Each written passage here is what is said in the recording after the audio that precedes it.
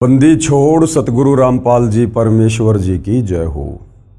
परम पिता परमात्मा सारी सृष्टि के रचनहार कुल मालिक असंख्य ब्रह्मांडों के स्वामी जगत गुरु तीनों लोकों में प्रवेश करके सबका धारण पोषण करने वाले राजाधिराज आत्माधार नाथों के नाथ देवों के देव महादेव सर्वेश्वर महेश्वर मृत्युंजय अजरो अमर आदि अनादि सनातनी प्रभु जगत पिता जगदीश्वर श्री श्री 1008 की उपाधि के वास्तविक अधिकारी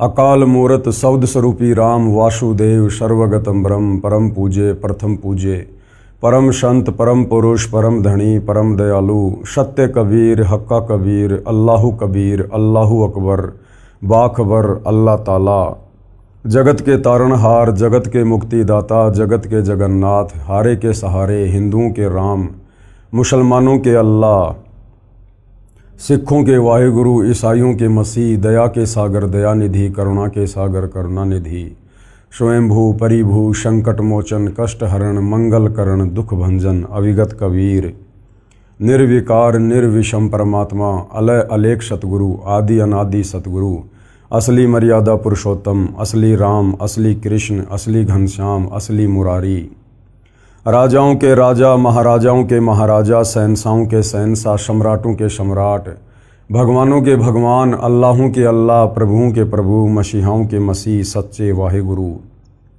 बाबाओं के बाबा पीरों के पीर सेठों के सेठ जगत सेठ सावड़सा सेठ सर्वगुण संपन्न अनंत कोटि कलाओं के स्वामी अनंत कोटि ब्रह्मांडों के नायक योगियों में महायोगी ध्यानियों में महाध्यानी सिद्धों में परम सिद्ध ज्ञानियों में तत्व ज्ञानी ब्रह्म ज्ञानी महाज्ञानी परम ज्ञानी सर्वश्रेष्ठ ज्ञानी विज्ञानी युवा कबीर समर्थ कबीर असमवात अमित ओझा सच्चे रहनुमा करीम अल्लाह सुबहान अल्लाह दुनिया के अंतिम पैगंबर 8 सितंबर 1951 से गांव धनाना जिला सोनीपत हरियाणा भारतवर्ष की पावन भूमि पे प्रकट रियल कल की भगवान श्री नारायण साकार हरि श्री बाबा साहेब नूर अनंत परमात्मा सच्चे दरवेश सच्चे बाखबर संत शिरोमणि सतगुरु रामपाल जी परमेश्वर जी के चरण कमल में आप और हम सभी भाई बहनों का अनंत कोटि दंडवत प्रणाम। सत्साई भाई और बहनों, बहुत बड़ी दया बहुत बड़ी मेहर पूज्य गुरुदेव भगवान की परमेश्वर रामपाल जी की, जिनके शुभ आशीर्वाद से विशेष आशीर्वाद से उन्हीं के सत्संगों के ऊपर बन चुकी पवित्र आध्यात्मिक पुस्तक कबीर बड़ा या कृष्ण के ऊपर वीडियो बनाने की श्रृंखला जारी है। इसी श्रृंखला में आज हमारा ये 6 नंबर का वीडियो है। इस पवित्र पुस्तक कबीर बड़ा या कृष्ण के प्रत्येक वीडियो में हमें अध्यात्म के विषय में वो सब कुछ जानने और समझने को प्राप्त हो रहा है जिसकी तलाश इस आत्मा को सदियों से थी, परंतु तत्व ज्ञान के अभाव से हमारे धर्म गुरु हमारे शास्त्रों में छुपी हुई अध्यात्म को लेकर गूढ़ जानकारी को समाज में फैला नहीं सके, समाज को बता नहीं सके, समाज के सामने रूबरू नहीं कर सके। क्योंकि भाई और बहनों, अपने द्वारा प्रदान की गई शास्त्र अनुकूल सत भक्ति और अपने द्वारा रची गई सृष्टि रचने वाला कबीर परमेश्वर स्वयं ही सतलोक से चलकर गति करके नीचे मनुष्य रूप में प्रकट होकर संत रूप में तत्वदर्शी संत रूप में जगत गुरु रूप में इस ज्ञान को आगे प्रचारित प्रसारित करता है। उस परमेश्वर के बिना सृष्टि रचना के विषय में 21 ब्रह्मांड में कोई एक शब्द भी नहीं बोल सकता है, और यदि बोलेगा तो केवल अटबट ही करेगा, दंत कथा सुनाएगा, लोकवेद के आधार से झूठ फैलाएगा। तो आज इस पृथ्वी का सौभाग्य उदय हुआ कि सर्व सृष्टि रचनहार कबीर परमेश्वर 8 सितंबर 1951 को गांव धनाना जिला सोनीपत हरियाणा भारतवर्ष में प्रकट हुए और अपने निर्धारित समय अनुसार सन 1994 से उन्होंने इस तत्व ज्ञान का प्रचार प्रसार करना शुरू किया। भाई और बहनों, अब ये ज्ञान जन जन तक पहुँचे क्योंकि इसी ज्ञान को प्राप्त करने के लिए आप और हमें उस समर्थ परमेश्वर कबीर जी ने ये मनुष्य शरीर दिया है, लक 84 योनि से निकाल कर। और ये मनुष्य जन्म सिर्फ और सिर्फ परमात्मा प्राप्ति के लिए मिलता है, यानी मोक्ष प्राप्ति के लिए मिलता है। और ये कार्य यदि हमने नहीं किया मनुष्य जन्म प्राप्त करके कि मानव जन्म पाए कै जो नहीं रटे हरि नाम, भाई जैसे कुआं जल बिना फिर बनवाया किस काम, तो हमारा मनुष्य जन्म प्राप्त करना निरर्थक हो जाएगा। भाई और बहनों, अब हमें कैसे पता चले कि वास्तव में भक्ति मार्ग क्या है, शास्त्र अनुकूल साधना क्या है, मोक्ष किस विधि से होगा, परमात्मा कौन है, कैसा है, कहाँ रहता है, कैसे मिलता है। तो इन्हीं सब जानकारियों के लिए सतगुरु रामपाल जी ने हजारों की संख्या में सत्संग किए हैं और सैकड़ों की संख्या में पवित्र पुस्तकें लिखी हैं। उन्हीं में से एक पवित्र पुस्तक जिसका नाम है कबीर बड़ा या कृष्ण, जिसके ऊपर वीडियो बनाए जा रहे हैं। आज हमारा ये 6वें नंबर का वीडियो है। अभी तक यदि आपने इस पुस्तक पर बन चुके पहले के 5 वीडियो नहीं देखे हैं तो आज का वीडियो देखना आपके लिए कोई मायने नहीं रखेगा, क्योंकि कड़ी से कड़ी जुड़ती है। जब तक आप पहले के 5 वीडियो नहीं देखेंगे आपको आगे का ज्ञान समझ में नहीं आएगा। और विशेषकर वीडियो नंबर 5 में एक बहुत ही महत्वपूर्ण टॉपिक चला हुआ है, और टॉपिक है जनता की अदालत में मुकदमा। जनता की अदालत में मुकदमा। मुकदमा किस बात को लेकर है? मुकदमा अध्यात्म को लेकर है, भक्ति मार्ग को लेकर है, भगवान की समर्थता को लेकर है कि वास्तव में समर्थ परमात्मा कौन है, कबीर है या कृष्ण है। और इस मुकदमे में जज कौन है? जनता।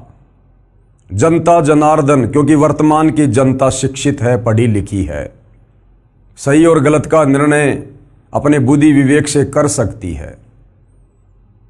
और जो वकील हैं इस मुकदमे में, कबीर जी की तरफ से उनके वकील हैं सतगुरु रामपाल जी। हालांकि आपकी जानकारी के लिए बता दूं कि कबीर जी ने अपना कोई वकील खड़ा करने की आवश्यकता नहीं पड़ती है। कबीर जी में सर्वगुण हैं, क्योंकि वे सर्वज्ञ हैं। वे जनता भी हैं, वे जज भी हैं, वे वकील भी हैं, वे सब कुछ हैं। लेकिन आप और हमें अध्यात्म को समझाने के लिए सतगुरु रामपाल जी ने स्वयं को कबीर जी का वकील घोषित किया है। तो कबीर जी की तरफ से वकील हैं सतगुरु रामपाल जी, और श्री कृष्ण जी की तरफ से वकील हैं हिंदू धर्म के तमाम संत, महंत, मंडलेश्वर, आचार्य, शंकराचार्य, महामंडलेश्वर, मठाधीश। और किस बात को लेकर मुकदमा दायर है? कबीर और कृष्ण की समर्थता को लेकर कि वास्तव में समर्थ परमात्मा कौन है। कबीर जी के वकील सतगुरु रामपाल जी दावा करते हैं कि कबीर जी ही सर्व सृष्टि रचनहार हैं, सबके मालिक हैं। इन्होंने असंख्य ब्रह्मांडों की रचना की है और यही तीनों लोकों में प्रवेश करके सबका धारण पोषण करते हैं। और इस बात का आधार उन्होंने बताया हिंदू धर्म के 4 वेद, गीता जी और 18 पुराण। दूसरी तरफ जो कृष्ण जी के वकील हैं हिंदू धर्म गुरु, वो कह रहे हैं कि नहीं जी, कबीर जी के वकील की बात सही नहीं है। असल में कृष्ण जी समर्थ हैं। कृष्ण अर्थात विष्णु, और ये कृष्ण अर्थात विष्णु जी ये अविनाशी हैं। इनकी जन्म और मृत्यु नहीं होती है, इनके कोई माता पिता नहीं है, ये अजरो अमर परमात्मा हैं। और हमारे हिंदू धर्म के सभी धर्म ग्रंथ इन्हीं के परमेश्वर होने के विषय में समर्थन कर रहे हैं। तो इस बात को लेकर मुकदमा चला हुआ है। तो पिछले वीडियो नंबर 5 में इसी मुकदमे में कबीर परमेश्वर की तरफ से पैरवी करते हुए उनके वकील सतगुरु रामपाल जी ने हिंदू धर्म के ही सदग्रंथों को दिखाकर, श्रीमद् भगवत गीता को दिखाकर, श्री देवी पुराण को दिखाकर ये साबित कर दिया जनता के सामने अदालत में कि कृष्ण जी अविनाशी परमात्मा नहीं है। श्री कृष्ण जी अर्थात विष्णु जी का जन्म होता है, ये मरते हैं। इनकी माता का नाम दुर्गा है, इनके पिता का नाम काल ब्रह्म है। और ये केवल एक ब्रह्मांड में 3 लोकों पर एक एक गुण के स्वामी हैं। रजोगुण के स्वामी ब्रह्मा जी हैं, सतोगुण के स्वामी विष्णु जी हैं और तमोगुण के स्वामी शंकर जी हैं। और ये जन्म और मरण में है। ये कबीर जी के वकील सतगुरु रामपाल जी ने हिंदू धर्मशास्त्रों से जनता के सामने अदालत में बिल्कुल क्लियर कर दिया है। आज के वीडियो नंबर 6 में मुकदमा उसी जनता की अदालत में है। मुद्दा वही है कि समर्थ प्रभु कौन है, कबीर या कृष्ण। दोनों पक्ष के वकील भी हैं, कबीर जी की तरफ से सतगुरु रामपाल जी और कृष्ण जी की तरफ से हिंदू धर्मगुरु। और आज जनता की अदालत में कबीर जी के वकील सतगुरु रामपाल जी ये साबित करने वाले हैं कि हमारे जो हिंदू धर्म ग्रंथ हैं, विशेषकर पवित्र गीता जी का जिन लोगों ने अनुवाद किया है, उन लोगों ने अनुवाद सही नहीं किया है। उन लोगों ने अर्थों के अनर्थ कर दिए हैं। और वो कौन कौन गुरुजन हैं, धर्मगुरु हैं, संत हैं, जिन्होंने अपने आप को परम विद्वान समझकर, संस्कृत के ज्ञाता समझकर गीता जी का अनुवाद किया और उस अनुवाद में बहुत सारी गलतियां की हैं। अब उन तमाम गलतियों को जनता के सामने अदालत में कबीर जी के वकील सतगुरु रामपाल जी ने पवित्र श्रीमद् भगवत गीता जी को दिखाकर क्लियर किया है, प्रमाणित किया है।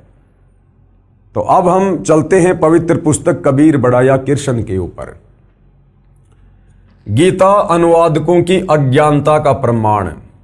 जिन गीता अनुवादकर्ताओं को हम बहुत बड़ा विद्वान पंडित मान रहे थे, शास्त्रों के ज्ञाता समझ रहे थे कि इन्होंने इन शास्त्रों का जो अनुवाद कर दिया वो बिल्कुल ओके है, फाइनल है। लेकिन भाइयों और बहनों, टीचर की गलती को टीचर ही बता सकता है, विद्यार्थी कभी नहीं बता सकता। तो धर्म गुरुओं की गलतियों को आप और हमारे जैसे श्रद्धालु नहीं पकड़ सकते, धर्म गुरु ही पकड़ सकता है। तो हिंदू धर्म के जितने भी धर्मगुरु हैं, ये भी अपने आप को धर्मगुरु कहते हैं। और सतगुरु रामपाल जी तो वास्तव में धर्मगुरु हैं। तो सतगुरु रामपाल जी ने क्या क्या गलतियां इन गीता अनुवादकों की प्रमाणित की हैं, देखिएगा। पेश है श्री कृष्ण जी के वकील साहिबानों की सरेआम अज्ञानता व शब्दों के अर्थों के अनर्थ का प्रमाण। क्योंकि जितने भी हिंदू धर्म के धर्मगुरु हैं, ये श्री कृष्ण अर्थात विष्णु जी के वकील हैं, अर्थात ये उन्हीं को भगवान बताते हैं, परमात्मा बताते हैं। तो इन लोगों ने जो जो गलतियां की हैं शास्त्रों का अनुवाद करते समय, वो अब सार्वजनिक की जा रही हैं कबीर जी के वकील सतगुरु रामपाल जी के द्वारा। देखिएगा, गीता अध्याय 18 श्लोक 66। गीता जी अध्याय 18 श्लोक 66 है। और इसके अंदर एक शब्द आता है व्रज। श्लोक है, सर्वे धर्मानाम परित्यज्य मम एकम शरणम व्रज अहम तवा सर्वे पापेभ्ये मोक्षयामि मा शुच। गीता ज्ञान दाता यानी गीता जी का ज्ञान देने वाला। हिंदू धर्म के श्रद्धालु अज्ञानता में श्री कृष्ण जी को गीता जी का ज्ञान दाता समझ रहे हैं, जबकि वास्तव में गीता का ज्ञान देने वाला प्रभु श्री कृष्ण नहीं, बल्कि श्री कृष्ण जी के शरीर में प्रवेश करके इनके पिता काल ब्रह्म ने गीता जी का ज्ञान दिया। और गीता अध्याय 18 श्लोक 66 में गीता ज्ञान दाता श्री अर्जुन को क्या कह रहा है कि अर्जुन सर्व धर्मानाम परित्यज्य माम, कि मेरे स्तर की जितनी भी भक्ति पूजा है वो तू मुझे समर्पित कर दे। और एकम शरणम व्रज, और जो मैंने तुझे वो एक परमात्मा बताया है, सर्वश्रेष्ठ परमात्मा बताया है, पुरुषोत्तम बताया है, एकम यानी अद्वितीय, जिसके बराबर और कोई दूसरा ना हो।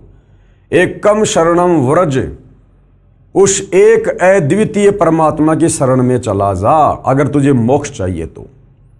सर्व धर्मानाम परित्यज्य माम एकम शरणम व्रज अहम तवा सर्वे पापे भी मोक्षयामी मां शुच। मैं तुझे सभी प्रकार के कर्म बंधनों से मुक्त कर दूंगा, तू चिंता मत कर। अब हमारे गीता अनुवादकों को तत्व ज्ञान नहीं था। ये श्री कृष्ण अर्थात विष्णु से ऊपर किसी को परमात्मा नहीं मानते थे। तो इस श्लोक में गीता ज्ञानदाता कह रहा है कि अर्जुन, मेरे लेवल की सारी धार्मिक पूजा मुझे दे दे और तू उस एक अद्वितीय परमात्मा की शरण में चला जा। तो गीता अनुवादकों ने सोचा कि भाई जब श्री कृष्ण अर्थात विष्णु से ऊपर कोई भगवान ही नहीं है, तो गीता ज्ञान देते समय श्री कृष्ण अर्थात विष्णु जी अपने से अन्य किसी और परमात्मा की शरण में जाने के लिए अर्जुन को क्यों कह रहे हैं? वो और परमात्मा कौन है जो श्री कृष्ण अर्थात विष्णु जी से भी समर्थ है? तो ये बात हमारे गीता अनुवादकों को समझ में नहीं आई। तो इन्होंने घुमा फिरा के इस श्लोक का उल्टा अर्थ कर दिया। व्रज का मतलब है जा, चला जा, जाना, और इन्होंने तत्व ज्ञान के अभाव में व्रज का अर्थ कर दिया आजा, आना। कि भाई श्री कृष्ण जी अपने लिए कह रहे हैं कि मेरी शरण में आ जा, जबकि इन्होंने इतना विचार नहीं किया कि अर्जुन श्री कृष्ण जी का जीजा था, क्योंकि श्री कृष्ण जी की बहन सुभद्रा अर्जुन की पत्नी थी और पांचों पांडव श्री कृष्ण जी के शिष्य थे, यानी श्री कृष्ण जी की शरण में थे। तो विचार करना चाहिए, अर्जुन तो पहले से ही श्री कृष्ण जी की शरण में था, फिर भला श्री कृष्ण जी ये क्यों कहेंगे कि मेरी शरण में आ जा, जबकि वो तो पहले से ही उसका शिष्य था। वो गीता ज्ञानदाता कह रहा है कि अर्जुन उस एकमात्र सर्वश्रेष्ठ परमात्मा की शरण में जा, जिसके विषय में मैंने तेरे को पहले गीता ज्ञान देते समय अध्याय 2 श्लोक नंबर 17 में कहा है कि उस अविनाशी को मारने में कोई भी सक्षम नहीं है। वो सर्वश्रेष्ठ परमात्मा है, जिसके विषय में गीता ज्ञानदाता ने अध्याय 15 श्लोक नंबर 17 में कहा कि उत्तम पुरुष तु अन्य परमात्मा इति उदारते ये लोग तरम अवश्य विवर्ति अव ईश्वरे। कि वास्तव में गीता अध्याय 15 श्लोक 16 में वर्णित दो भगवान क्षर पुरुष और अक्षर पुरुष, इन दोनों से सर्वश्रेष्ठ परमात्मा तो कोई अन्य ही है जो तीनों लोकों में प्रवेश करके सबका धारण पोषण करता है। और गीता अध्याय 8 श्लोक 3 में उसका नाम बताया कि वो परम अक्षर ब्रह्म है। तो गीता अध्याय 18 श्लोक 66 में गीता ज्ञान देने वाला अर्जुन को उस परम अक्षर ब्रह्म की शरण में जाने की सलाह दे रहा है कि जब तक तू उसकी शरण में नहीं जाएगा, तेरा जन्म और मरण समाप्त नहीं होगा, तू परम शांति को प्राप्त नहीं होगा, शाश्वत स्थान सतलोक को प्राप्त नहीं होगा। तो गीता ज्ञानदाता अपनी जगह पर बिल्कुल सही है और अर्जुन को बिल्कुल सही सलाह दे रहा है कि अर्जुन, तू मेरे लेवल की जितनी भी पूजा है, पाठ है, धार्मिक अनुष्ठान है, ये सब तू मुझे दे दे। यानी मेरे ओम नाम की कमाई का फल, धार्मिक जो तूने यज्ञ की है उनका फल, वो तू मुझे दे दे, मुझे संकल्प कर दे। सर्व धर्मानान परित्यज्य माम, और एकम शरणम व्रज, और उस एक परमेश्वर की शरण में जा जिसके विषय में मैंने तेरे को अध्याय 8 श्लोक 3 में कहा था कि वो परम अक्षर ब्रह्म है। अहम तवा सर्व पापे भी मोक्षयामी मा शुच। मैं तुझे हर प्रकार के कर्म बंधनों से, पाप कर्मों से मुक्त कर दूंगा, तू चिंता मत कर। लेकिन गीता अनुवादकों की नासमझी के चलते आज तक बेचारा हिंदू समाज भी नहीं समझ पाया कि वास्तव में एक सर्वश्रेष्ठ परमात्मा क्यों है, क्योंकि हमारे गीता अनुवादकों ने तत्व ज्ञान के अभाव में घुमा फिरा के वर्ज शब्द के अर्थ का अनर्थ करके, उल्टा अर्थ करके, जाना को आना लिखकर और श्री कृष्ण जी के सर पे टोपी पहना दी। तो अब सतगुरु रामपाल जी जनता की अदालत में श्री कृष्ण जी के वकीलों के सामने कबीर परमेश्वर के वकील की भूमिका में और सबको प्रमाणित करके दिखा रहे हैं कि हमारे गीता अनुवादकों ने किस प्रकार से गफलत की है, गलती की है शास्त्रों का अनुवाद करते समय। पेश है श्री कृष्ण जी के वकील साहिबानों की सरेआम अज्ञानता व शब्दों के अर्थों के अनर्थ का प्रमाण। तो ये देखिए गीता अध्याय 18 श्लोक 66 जो अभी आपको बताया गया है। गीता जी के सब अनुवादकों ने गीता अध्याय 18 श्लोक 66 का अनुवाद गलत किया है। इस श्लोक 66 के मूल पाठ में व्रज शब्द है। क्या शब्द है? व्रज।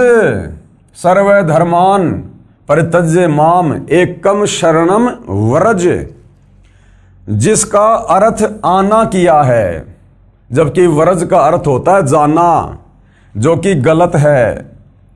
व्रज का अर्थ जाना, चले जाना, प्रस्थान करना, एक स्थान से दूसरे स्थान पर जाना होता है। अब आपको दिखाया जाएगा यहां पर प्रमाण के लिए कि किन किन गीता अनुवादकों ने, किन किन धर्म गुरुओं ने उल्टा अनुवाद किया है व्रज शब्द का।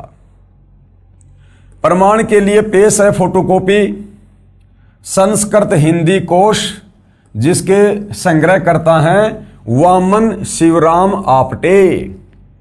और इन्होंने किस प्रकार से अनुवाद किया है व्रज शब्द का? ये संस्कृत हिंदी शब्दकोश है। ये लेखक हैं वामन शिवराज आपटे, चौखंबा विद्या भवन वाराणसी, यहाँ से ये प्रकाशित है। ये देखिएगा, ये व्रज शब्द है, व्रज। और हिंदी संस्कृत शब्दकोश में व्रज का क्या अर्थ है आपकी आंखों के सामने है। व्रज का अर्थ है जाना। व्रज यानी जाना, चलना, प्रगति करना, पधारना, पहुंचना, दर्शन करना, विदा होना, सेवा से निवृत्त होना, पीछे हटना, ये व्रज का अर्थ है, जाना, चलना। ये संस्कृत हिंदी शब्दकोश में साफ साफ लिखा हुआ है। ठीक है जी। देखिएगा, शब्दकोश से स्पष्ट हुआ कि व्रज माने जाना है। अन्य प्रमाण देखिएगा, एस्कॉन के संस्थापक श्री प्रभुपाद जी महाराज द्वारा अनुवादित श्रीमद् भगवद गीता के अध्याय 18 श्लोक 66 के अनुवाद से पहले शब्दों के अर्थ लिखे हैं। उनमें तो व्रज माने जाना लिखा है। यानी जो श्री प्रभुपाद जी हैं एस्कॉन के संस्थापक, उन्होंने गीता का अनुवाद करते समय शब्दकोश में तो व्रज का अर्थ लिखा है जाना, लेकिन उस श्लोक का अर्थ करते समय व्रज का अर्थ कर दिया आना।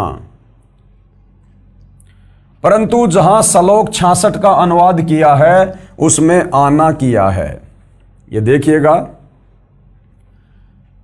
ये श्री प्रभुपाद की गलती, ये एस्कॉन के संस्थापक हैं।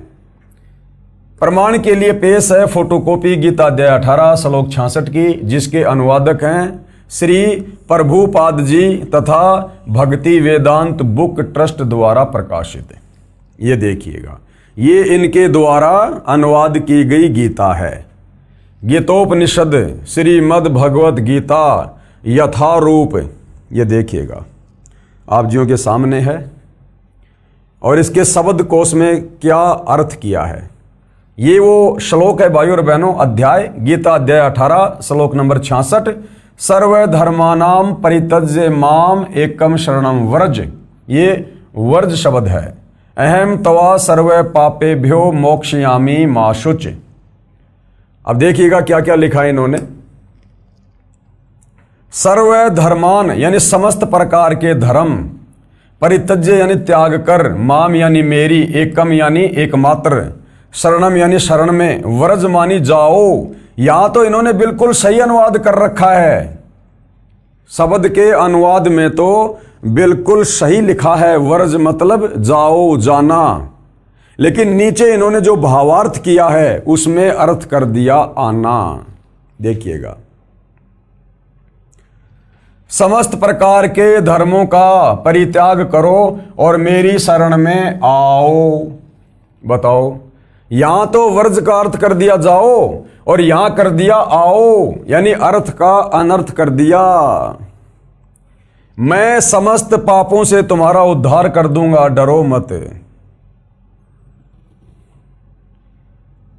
इस फोटोकॉपी में स्पष्ट है कि ऊपर शब्दों के अर्थ में तो व्रज का अर्थ तो जाना यानी जाओ ठीक किया है, परंतु अनुवाद में आना आओ कर दिया, जिससे गीता के सब ज्ञान का अज्ञान कर दिया। कारण यही रहा कि इन गुरुजनों को श्री कृष्ण से आगे का ज्ञान ही नहीं है। हमारे हिंदू धर्म के धर्म गुरुओं को, आचार्य से लेकर शंकराचार्य को, श्री कृष्ण अर्थात विष्णु से ऊपर किसी और परम शक्ति के विषय में ज्ञान ही नहीं था। इनको अपने सदग्रंथों का भी ज्ञान नहीं है, इसलिए लिख दिया कि मेरी शरण में आ जा, जबकि लिखना था उसकी शरण में चला जा। गीता अध्याय 18 श्लोक 62 में गच्छ शब्द है, जिसका अर्थ भी जाना है, वहां ठीक अनुवाद कर दिया। जब श्लोक 62 में गीता ज्ञानदाता अपने से अन्य उस परमेश्वर तत्ब्रह्म यानी परम अक्षर ब्रह्म यानी कबीर जी की शरण में जाने को कह रहा है, तो श्लोक 66 में अपनी शरण में आने को नहीं कहेगा।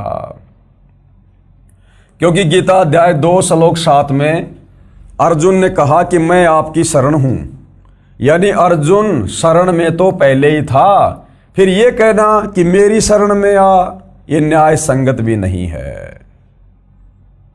यह अध्यात्म ज्ञान का टोटा है। पेश है लेखक द्वारा किया इस श्लोक का यथार्थ अनुवाद। लेखक कौन? सतगुरु रामपाल जी। अब सतगुरु रामपाल जी ने गीता अध्याय 18 श्लोक 66 का रियल अनुवाद किया है, वो आप जी पढ़िएगा। गीता अध्याय 18 श्लोक 66 का यथार्थ अनुवाद। ये श्लोक है, सर्व धर्मानाम परित्यज्य माम एकम शरणम व्रज अहम तवा सर्व पापेभ्य मोक्षयामि मां शुच। क्या अनुवाद है? गीता ज्ञान देने वाले ने कहा है। अब गीता ज्ञान देने वाला हिंदू धर्म के श्रद्धालु और धर्म गुरुओं के अनुसार श्री कृष्ण उर्फ विष्णु, और रियल में ये ब्रह्म है, ये काल है। तो ये क्या कह रहा है गीता का ज्ञान देते समय? गीता ज्ञान देने वाले ने कहा है कि सर्व धर्मानाम माम, यानी मेरे स्तर के जितने भी धार्मिक जो ये कर्म हैं, उन सब को मुझ में परित्यज्य यानी त्याग कर, एकम यानी उस एक सर्वशक्तिमान परम अक्षर ब्रह्म की शरणम यानी शरण में, वरज यानी जा, वरज यानी जा, अहम यानी मैं, तवा यानी तेरे को, सर्व पापे भे सब पापों से, मोक्षयामी यानी मुक्त कर दूंगा, मां शुच यानी शोक मत कर। ये है गीता अध्याय 18 श्लोक 66 का रियल अनुवाद। रियल अनुवाद।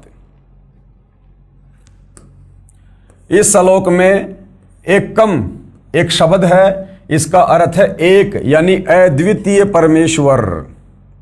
गीता अध्याय 13 श्लोक 30 में भी एकस्त शब्द है, जिसका अर्थ है उस एक परमात्मा में स्थित किया है, जो गीता ज्ञानदाता से अन्य है। गीता अध्याय 13 श्लोक 27, 28 तथा 30 में भी गीता ज्ञान देने वाले काल ब्रह्म ने अपने से अन्य परमेश्वर की जानकारी दी है और कहा है कि, कहाँ कहा है? गीता अध्याय 13 श्लोक 27 में क्या कहा है?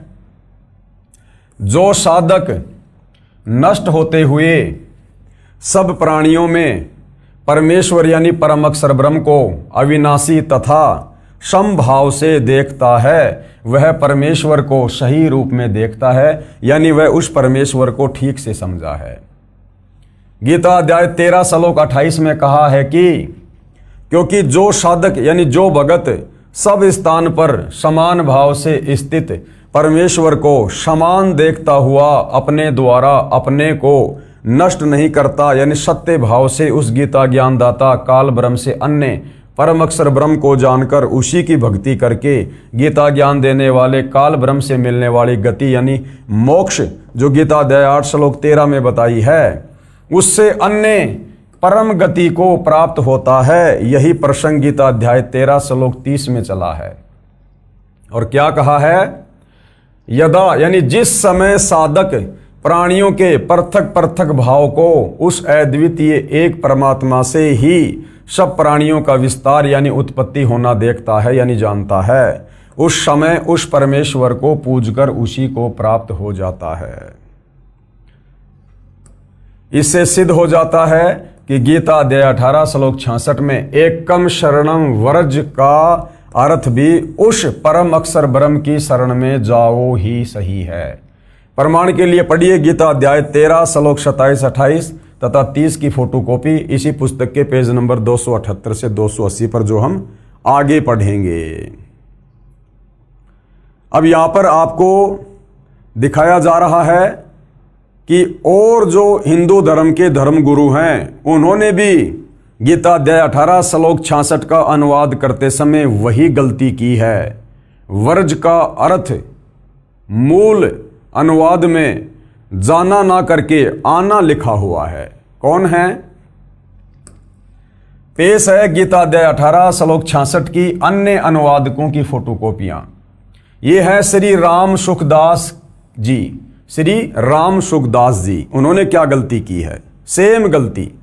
पेश है गीता अध्याय 18 श्लोक 66 की फोटोकॉपी श्री राम सुखदास जी महाराज के अनुवाद की। तो ये गीता जी है जो श्री राम सुखदास जी ने लिखी है, गीता प्रबोधनी, और यहां लिखा हुआ है श्री राम सुखदास।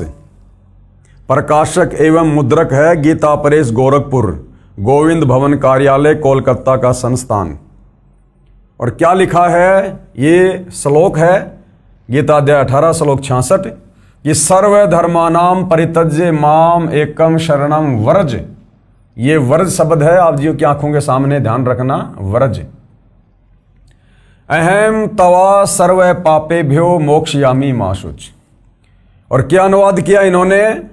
संपूर्ण धर्मों का आश्रय छोड़कर तू केवल मेरी शरण में आ जा। ये देखो जी, वर्ज का अर्थ होता है जाना, इन्होंने कर दिया आजा। मैं तुझे संपूर्ण पापों से मुक्त कर दूंगा, चिंता मत कर। सब ने एक सुर में अनुवाद किया है, एक सुर में, तत्व ज्ञान के अभाव में। आगे देखिए श्री ज्ञानानंद जी महाराज की गलती। श्री ज्ञानानंद जी महाराज की गलती। पेश है गीता अध्याय 18 श्लोक 66 की फोटोकॉपी श्री ज्ञानानंद जी महाराज के अनुवाद की। ये देखिएगा, इनके द्वारा लिखी गई गीता है। श्री कृष्ण कृपया श्रीमद् भगवद गीता पदानुवाद सहित गीता ज्ञान सुधा सप्तम संस्करण 10,000 प्रतियां निमित्त मात्र गीता मनीषी और श्री ज्ञानानंद जी महाराज अपने आप को गीता के मनीषी यानी बहुत बड़े विद्वान कह रहे हैं। गीता अध्याय 18 श्लोक 66 सर्वधर्मानाम परित्यज्य माम एकम शरणम व्रज। ये व्रज शब्द है। अहम तवा सर्व पापेभ्यो मोक्षयामी माशुच। क्या अनुवाद किया है? सेम गलती। संपूर्ण धर्मों का आश्रय छोड़कर तू केवल मेरी शरण में आ जा। वर्ज का अर्थ होता है जाना, यानी चला जा। और इन्होंने क्या किया है? आ जा, मैं तुझे संपूर्ण पापों से मुक्त कर दूंगा, तू शोक मत कर। आरोपित धर्म छोड़कर तू ये सब आ, एक मेरी ही शरण ले, अब तुझे पापों से मुक्त कर दूंगा, मैं चिंता न कर तू किसी भी तरह। यानी गीता अनुवाद करते समय हमारे धर्म गुरुओं ने गलतियों पे गलतियां कर रखी है, गलतियों पे गलतियां। उसके बाद देखिएगा श्री सुधांशु जी महाराज की गलती। पेश है गीता अध्याय 18 श्लोक 66 की फोटोकॉपी श्री सुधांशु जी महाराज के अनुवाद की। ये श्री सुधांशु जी ने लिखी है, श्रीमद् भगवत गीता गीतामृत प्रवचन परम पूज्य श्री सुधांशु जी महाराज। ये देखिएगा, प्रकाशक हैं विश्व जागृति मिशन, आनंद धाम आश्रम नांगलोई, नजफगढ़ रोड, बक्करवाला मार्ग दिल्ली। संपादक हैं डॉक्टर आशा किरण। और ये गीता अध्याय 18 श्लोक 66 सर्वधर्मानाम परित्यज्य माम एकम शरणम व्रज। ये व्रज शब्द है। अहम तवा सर्व पापेभ्यो मोक्षयामी माशुच। और क्या अनुवाद किया है? वो ही सेम गलती। सभी धर्मों को छोड़कर तू केवल मेरी शरण में आ जा, मेरी शरण में आ जा। जबकि लिखना था उसकी शरण में चला जा, मैं तुझे सभी पापों से मुक्त कर दूंगा, चिंता मत कर। आगे देखिए भाइयों और बहनों, श्री आसाराम जी महाराज की गलती। पेश है गीता अध्याय 18 श्लोक 66 की फोटोकॉपी श्री आसाराम जी महाराज के अनुवाद की। यानी जनता की अदालत में कबीर जी के वकील सतगुरु रामपाल जी की तरफ से और जितने भी हमारे ये धर्म गुरु हैं, इनकी विद्वता का आईना दिखाया जा रहा है। सारे के सारे भेड़ चाल में चल रहे हैं, सारे के सारे भेड़ चाल में। श्री कृष्ण जी से ऊपर ये जान ही नहीं पाए कि कोई सुप्रीम गॉड भी है, कोई सुप्रीम परमात्मा भी है। और सब ने रटा रटाया भेड़ चाल चलते हुए एक ही अनुवाद किया है, एक दूसरे के अनुवाद को कॉपी करके, और भगत समाज का बट्ठा बैठा दिया, परमात्मा तक नहीं पहुंचने दिया। तो श्री आसाराम जी ने क्या अनुवाद किया है? श्रीमद् भगवत गीता मातम्य श्लोक अनुवाद, महिला उत्थान ट्रस्ट, संत श्री आसाराम जी आश्रम, संत श्री आसाराम जी बापू आश्रम मार्ग, अहमदाबाद। और ये श्लोक है गीता अध्याय 18 श्लोक 66, सर्वधर्मानाम परित्यज्य माम एकम शरणम व्रज, अहम तवा सर्व पापेभ्यो मोक्षयामि मा शुच। यानी सब ने एक दूसरे की कॉपी कर रखी है, जो का त्यों कॉपी पेस्ट कर दिया और जनता में पेश कर दिया। और क्या लिखा है इन्होंने? संपूर्ण धर्मों को अर्थात संपूर्ण कर्तव्य कर्मों को मुझ में त्याग कर तू केवल एक मुझ सर्वशक्तिमान सर्वाधार परमेश्वर की शरण में ही आ जा। अरे वो तो पहले से ही श्री कृष्ण जी की शरण में था, बार बार क्या शरण में आएगा? व्रज का अर्थ करना था जा, और अर्थ कर दिया आजा। मैं तुझे संपूर्ण पापों से मुक्त कर दूंगा, तू शोक मत कर। आगे देखिएगा, हिंदू धर्म के महान धर्म गुरुओं के द्वारा जो गीता जी का अनुवाद किया गया है, उसकी झलक यहां पर जनता को दिखाई जा रही है। ये देखिए, श्री अड़गड़ानंद जी महाराज की गलती। इनके तो नाम से ही स्वयं सिद्ध है कि ये तो गड़बड़ करेंगे, जब नाम ही श्री अड़गड़ानंद जी महाराज है। पेश है गीता अध्याय 18 श्लोक 66 की फोटोकॉपी श्री अड़गड़ानंद जी महाराज के अनुवाद की। श्री अड़गड़ानंद महाराज जी क्या कर रहे हैं? श्रीमद् भगवद गीता यथार्थ गीता मानव धर्म शास्त्र परम पूज्य श्री परमहंस महाराज का कृपया प्रसाद, स्वामी श्री अड़गड़ानंद जी महाराज, श्री परमहंस धाम, ग्राम पत्रालय, सक्तेशगढ़ जिला, मिर्जापुर, भारत।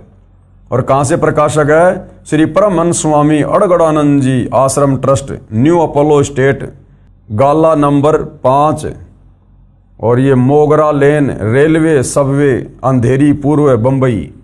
और ये श्लोक आप जियों के सामने है, गीता अध्याय 18 श्लोक 66, सर्वधर्मान परित्यज्य माम एकम शरणम व्रज, अहम तवा सर्व पापेभ्यो मोक्षयामि मा शुच। और क्या अनुवाद किया इन्होंने?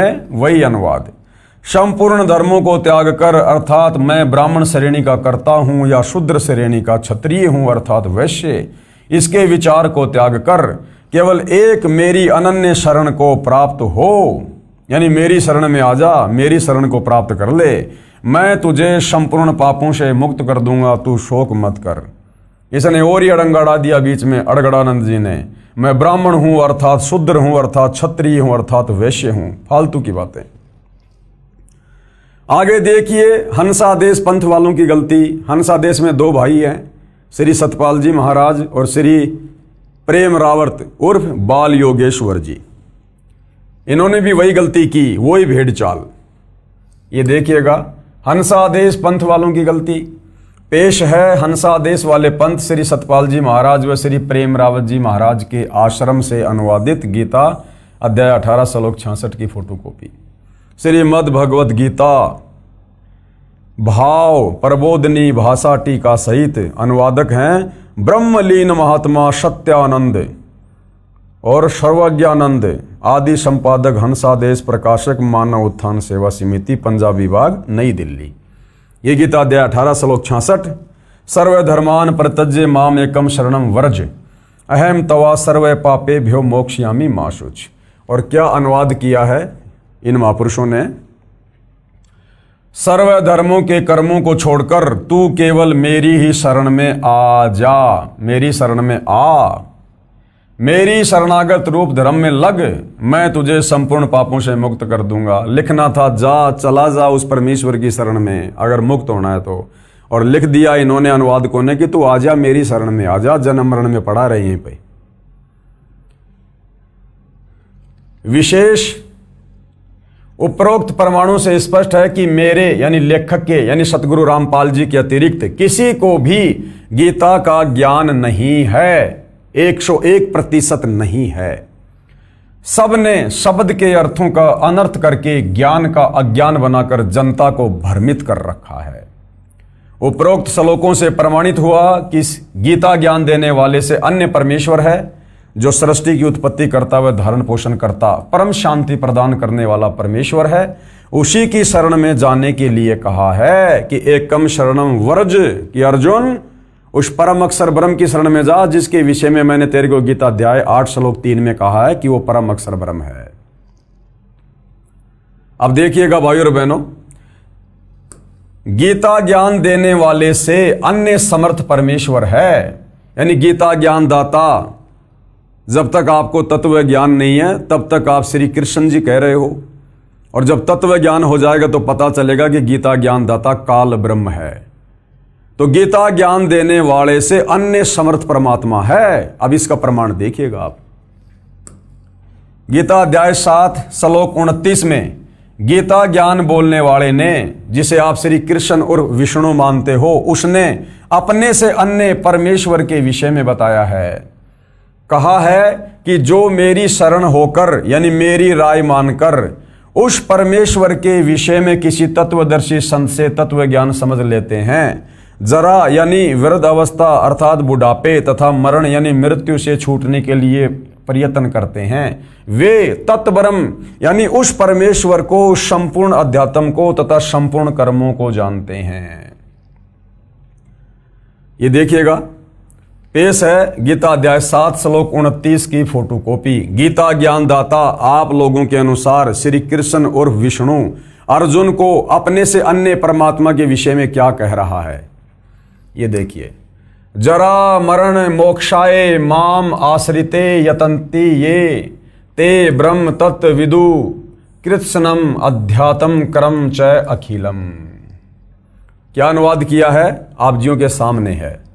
जो मेरे शरण होकर यानी जो मेरी राय मानकर, जो मैं गीता जी में बता रहा हूं उस परमेश्वर के विषय में, जो मेरे शरण होकर जरा और मरण से छूटने के लिए, क्योंकि काल के लोक में सबसे बड़ा कष्ट है बुढ़ापा और मृत्यु। जरा यानी बुढ़ापा और मरण यानी मृत्यु से छूटने के लिए यानी मोक्ष प्राप्त करने के लिए जो भगत यत्न करते हैं, वे पुरुष उस ब्रह्म को अपने से अन्य किसी और ब्रह्म के विषय में कह रहा है गीता ज्ञानदाता, कि वे उस ब्रह्म यानी भगवान को, संपूर्ण अध्यात्म को तथा संपूर्ण कर्मों को जानते हैं। गीता ज्ञान देने वाले की राय मानकर, क्योंकि गीता ज्ञानदाता ने गीता अध्याय 4 श्लोक नंबर 34 में अपना मत बताया, अपनी राय दी अर्जुन को कि अर्जुन, अगर तुझे परमात्मा के विषय में जानना है, परम शांति प्राप्त करनी है, तो किसी तत्वदर्शी संत की खोज कर ले और उस तत्वदर्शी संत की शरण में जा, वही तुझे परमात्मा के विषय में बताएगा। तो यहाँ गीता अध्याय 7 श्लोक 29 में गीता ज्ञानदाता कह रहा है कि जो मेरी बात मानकर, मेरी राय मानकर, जो मैंने गीता ज्ञान देते समय कही है, और जो उस तत्व ब्रह्म की खोज में चले जाते हैं, उसकी शरण में चले जाते हैं, वो मुक्त हो जाते हैं, वो सब कर्मों को जानते हैं। फिर वो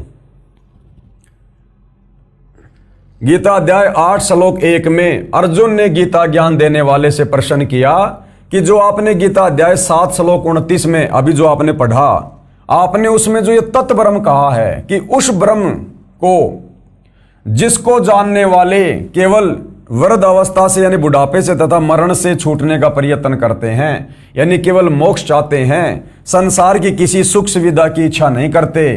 कृपया बताइए किम तत्परम, अर्थात वह ब्रह्म कौन है, वो भगवान कौन है, जिसके विषय में आप गीता अध्याय 7 श्लोक 29 में कह रहे हो कि जो मेरे शरण होकर जरा और मरण से छूटने के लिए यत्न करते हैं, वे उस ब्रह्म को, संपूर्ण अध्यात्म को तथा संपूर्ण कर्मों को जानते हैं। तो अर्जुन कह रहा है कि वो तत्ब्रह्म कौन है, तत्ब्रह्म, कि वो तत्ब्रह्म कौन है, वो भगवान कौन है। अध्याय 8 श्लोक 1 में फिर अर्जुन ने पूछा, क्योंकि गीता अध्याय 7 श्लोक नंबर 29 में इतने श्लोक हैं, उसके बाद में गीता अध्याय 8 शुरू हो जाता है।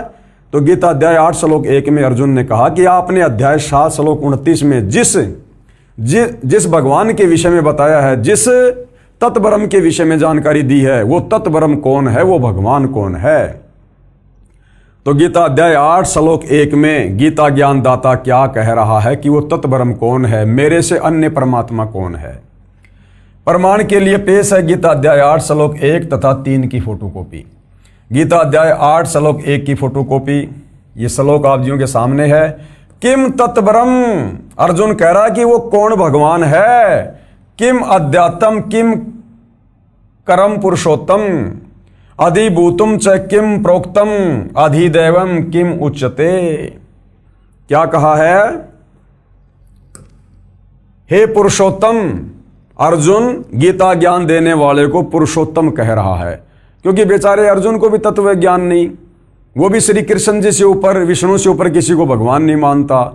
तो कह रहा है कि हे पुरुषोत्तम, वह ब्रह्म क्या है।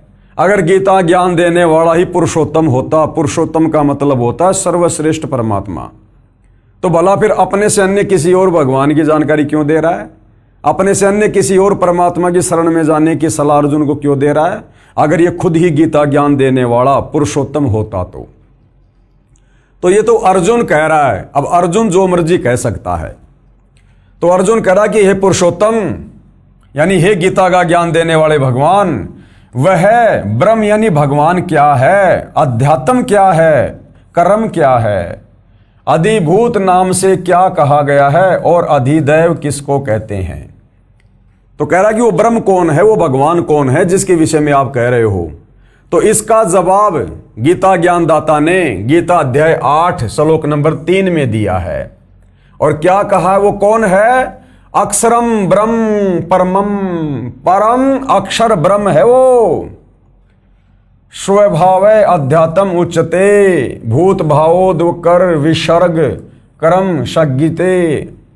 इस प्रकार अर्जुन के प्रश्न करने पर श्री भगवान बोले, अर्जुन कौन है वो, परम अक्षर ब्रह्म है,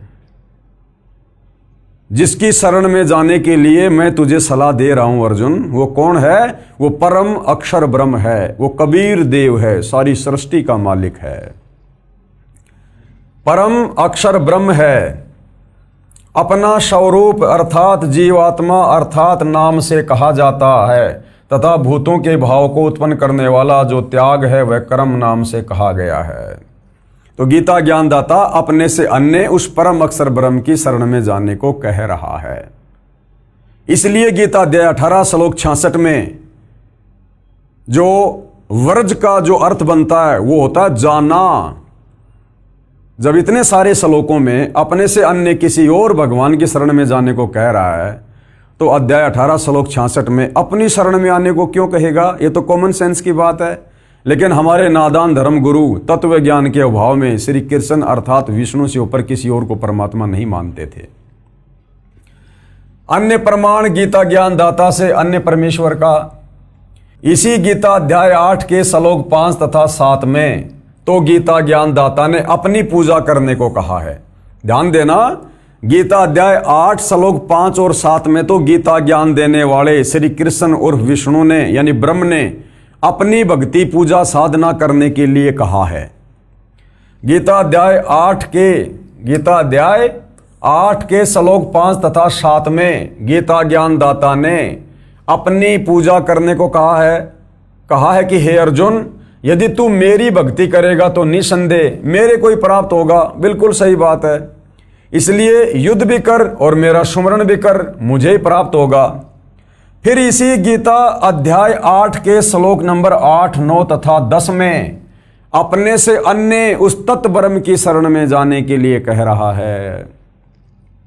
अध्याय 8 के श्लोक नंबर 8, 9 तथा 10 में अपने से अन्य तत्व ब्रह्म यानी परम अक्षर ब्रह्म, परम दिव्य पुरुष यानी परमेश्वर के विषय में बताया है और कहा है कि जो साधक यानी जो भगत उस परमेश्वर अर्थात परम अक्षर ब्रह्म की भक्ति करता है तो उसी को प्राप्त होता है। तो गीता अध्याय 18 श्लोक 66 में गीता ज्ञानदाता ये कहकर कि सर्वधर्मान परित्यज्य माम और एकम शरणम व्रज, वो जिस अद्वितीय परमात्मा की शरण में जाने को कह रहा है वो परम अक्षर ब्रह्म है, कबीर देव है। पेश है गीता अध्याय 8 के श्लोक 5 व 7 की फोटोकॉपी, जिसमें गीता ज्ञान देने वाले ने अपनी भक्ति करने के लिए कहा है। गीता अध्याय 8 श्लोक 5 की फोटोकॉपी आप जियों के सामने है, देख सकते हैं। ये लिखा हुआ है, अंत काले च माम एवं शरणम मुक्त्वा कलेवरम ये प्रियाति स मध्यावम याति न अस्ति अत्र संशय। क्या अनुवाद किया है? जो पुरुष यानी जो व्यक्ति अंत काल में भी यानी मरते समय भी मुझको ही सुमरण करता हुआ शरीर को त्याग कर जाता है, यानी मेरा ओम नाम का जाप करता हुआ मरता है, वह मेरे साक्षात स्वरूप को प्राप्त होता है, इसमें कुछ भी संशय नहीं। यानी वो मेरे ब्रह्म लोक में आ जाता है, क्योंकि गीता ज्ञानदाता ब्रह्म जिसकी साधना का मंत्र ओम है और ये ब्रह्म लोक में रहता है। तो कह रहा है कि मेरा भगत मरते दम तक जो मेरे ओम नाम का जाप करता है वो मरने के बाद में मुझे प्राप्त होता है, यानी मेरे ब्रह्म लोक में आ जाता है। गीता अध्याय 8 श्लोक 7 की फोटोकॉपी देखिएगा। तस्मात् सर्वेषु कालेषु माम अनुसर युद्धे च मयि अपिर्त मनोबुद्धि माम एवं ऐसी असंशयम। क्या कह रहा है? इसलिए हे अर्जुन, तू सब समय में निरंतर मेरा सुमरण कर और युद्ध भी कर। इस प्रकार मुझ में अर्पण किए हुए मन बुद्धि युक्त होकर तू निसंदेह मुझको ही प्राप्त होगा। यानी मेरी भक्ति करेगा तो अर्जुन तू मेरे को प्राप्त होगा। और अब क्या कह रहा है? अब ये गीता ज्ञानदाता अपने से अन्य उस परम अक्षर ब्रह्म की शरण में जाने को कह रहा है, जिसकी शरण में जाने से ही परम शांति मिलेगी, मोक्ष होगा। गीता ज्ञानदाता से अन्य परमेश्वर। पेश है गीता अध्याय 8 के ही श्लोक नंबर 8, 9 तथा 10 की फोटोकॉपी, जिसमें गीता ज्ञानदाता ने अपने से अन्य परम दिव्य पुरुष यानी परमेश्वर यानी परम अक्षर ब्रह्म की भक्ति करने को कहा है। ये गीता अध्याय 8 के श्लोक 8 की फोटोकॉपी है। श्लोक आप जियों के सामने है, सामने आपको सीधा लिखा हुआ हिंदी अनुवाद पढ़ा देते हैं, देखिएगा। जहां गीता ज्ञानदाता अपने से अन्य उस परम अक्षर ब्रह्म की शरण में जाने को कह रहा है। हे पार्थ यानी हे अर्जुन, यह नियम है कि परमेश्वर के ध्यान के अभ्यास रूप योग से युक्त दूसरी ओर न जाने वाले चित्त से निरंतर चिंतन करता हुआ मनुष्य परम प्रकाश रूप दिव्य पुरुष को अर्थात परमेश्वर को ही प्राप्त होता है। यानी उस परम अक्षर ब्रह्म की भक्ति तत्वदर्शी संत से लेकर करने वाला अंत में उसी परम अक्षर ब्रह्म यानी परमेश्वर को प्राप्त होता है। यानी आपको यह दिखाया जा रहा है कि गीता ज्ञान देने वाला जिसको आप श्री कृष्ण मानते हैं वो फाइनल परमात्मा नहीं है, वो अपने से अन्य किसी और सर्वश्रेष्ठ परमेश्वर की शरण में जाने की सलाह दे रहा है। गीता अध्याय 8 के ही श्लोक 9 की फोटोकॉपी ये देखिएगा। यहां तो साफ साफ भाई और बहनों कबीर परमात्मा का नाम भी लिखा हुआ है, कवीम साफ साफ नाम लिखा हुआ है, क्योंकि चारों वेदों का सार है गीता जी, और वेदों में कबीर परमेश्वर का नाम है कबीर देव, जिनको कवि कहकर भी संबोधित किया गया है। तो गीता अध्याय 8 श्लोक 9 में साफ साफ उस कबीर परमेश्वर का नाम भी है। कवीम पुराणम अनुशासितारम अणो अणियांसम अनुशमेरेत ये सर्वस्य धातारम अचिंत्य रूपम आदित्य वर्णम तमस प्रस्तात। क्या लिखा है? जो पुरुष यानी जो परमात्मा सर्वज्ञ यानी सब कुछ जानने वाला। ये जो कवीम शब्द है, कोई ये ना सोचे कि ये तो किसी कवि के लिए लिखा हुआ है। ये गीता कोई मनोरंजन की पुस्तक नहीं है, कोई चुटकुले की पुस्तक नहीं है, ये कोई कवि सम्मेलन की पुस्तक नहीं है। और यहां पर जो कवि है इसका अर्थ कर दिया सर्वज्ञ। ये देखिएगा, ये लिखा हुआ है यहां पर कवीम, और यहां अर्थ कर दिया सर्वज्ञ, जबकि कवि का अर्थ सर्वज्ञ नहीं होता। कोई भी कवि सर्वज्ञ नहीं हो सकता। सर्वज्ञ यानी पूरी सृष्टि के विषय में जानने वाला। तो कवि का अर्थ यहां पर कबीर है, कबीर देव, क्योंकि कबीर परमात्मा ही वास्तव में कवि थे। वो श्लोकों के माध्यम से, चौपाइयों के माध्यम से, शब्दों के माध्यम से, बोल बोलकर, कविताओं के माध्यम से अपना ज्ञान प्रचार किया करते थे।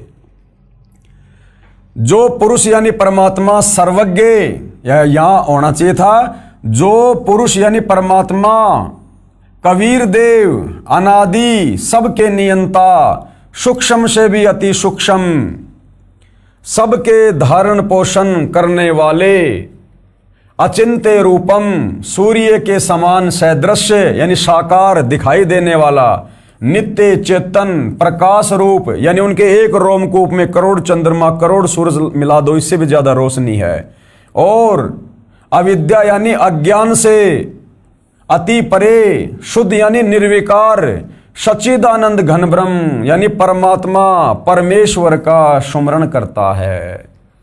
तो साफ साफ यहां पर कबीर परमेश्वर जी की ओर खुलकर गीता जी में संकेत किया गया है, लेकिन हमारे नादान धर्म गुरु तत्व ज्ञान के अभाव में समझ नहीं पाए और ना समाज को शास्त्र अनुकूल साधना दे पाए।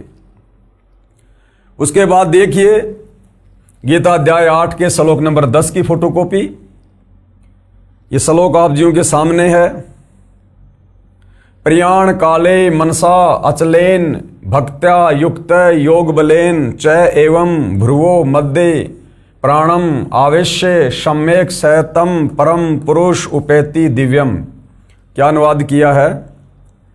वह भक्ति युक्त पुरुष अंत काल में भी योग बल से यानी भक्ति की शक्ति से भ्रुकुटी के मध्य में प्राणों को अच्छी प्रकार स्थापित करके फिर निश्चल मन से सुमरण करता हुआ उस दिव्य रूप परम पुरुष परमात्मा को ही प्राप्त होता है। अर्थात ये तत्व ज्ञान तत्वदर्शी संत से लेने के बाद भगत अंत काल में निश्चल होकर निश्चिंत होकर और जो मंत्र गुरुदेव ने दिया होता है उसका सुमरण करता हुआ जिसकी वो भक्ति करता है परम पुरुष परमेश्वर कबीर की, उसी के लोक को प्राप्त होता है। तो अपने से अन्य उस परमपिता परमेश्वर के विषय में गीता ज्ञानदाता यहां पर जानकारी दे रहा है। अर्थात गीता ज्ञानदाता समर्थ परमात्मा नहीं है, सर्वश्रेष्ठ परमात्मा नहीं है, ये अपने से अन्य उस परम अक्षर ब्रह्म की, उस कबीर देव की बार बार जानकारी दे रहा है। अब गुरुदेव क्या कह रहे हैं? विशेष गीता ज्ञान देने वाले ने गीता अध्याय 8 श्लोक 13 में अपनी भक्ति का मंत्र यानी नाम बताया है। क्या नाम बताया है? ये गीता अध्याय 8 श्लोक नंबर 13 आप जियों के सामने है।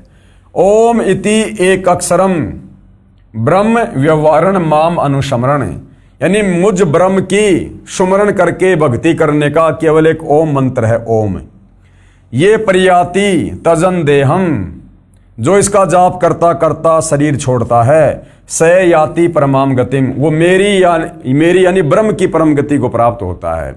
ब्रह्म कहाँ रहता है? ब्रह्म लोक में। क्या लिखा है?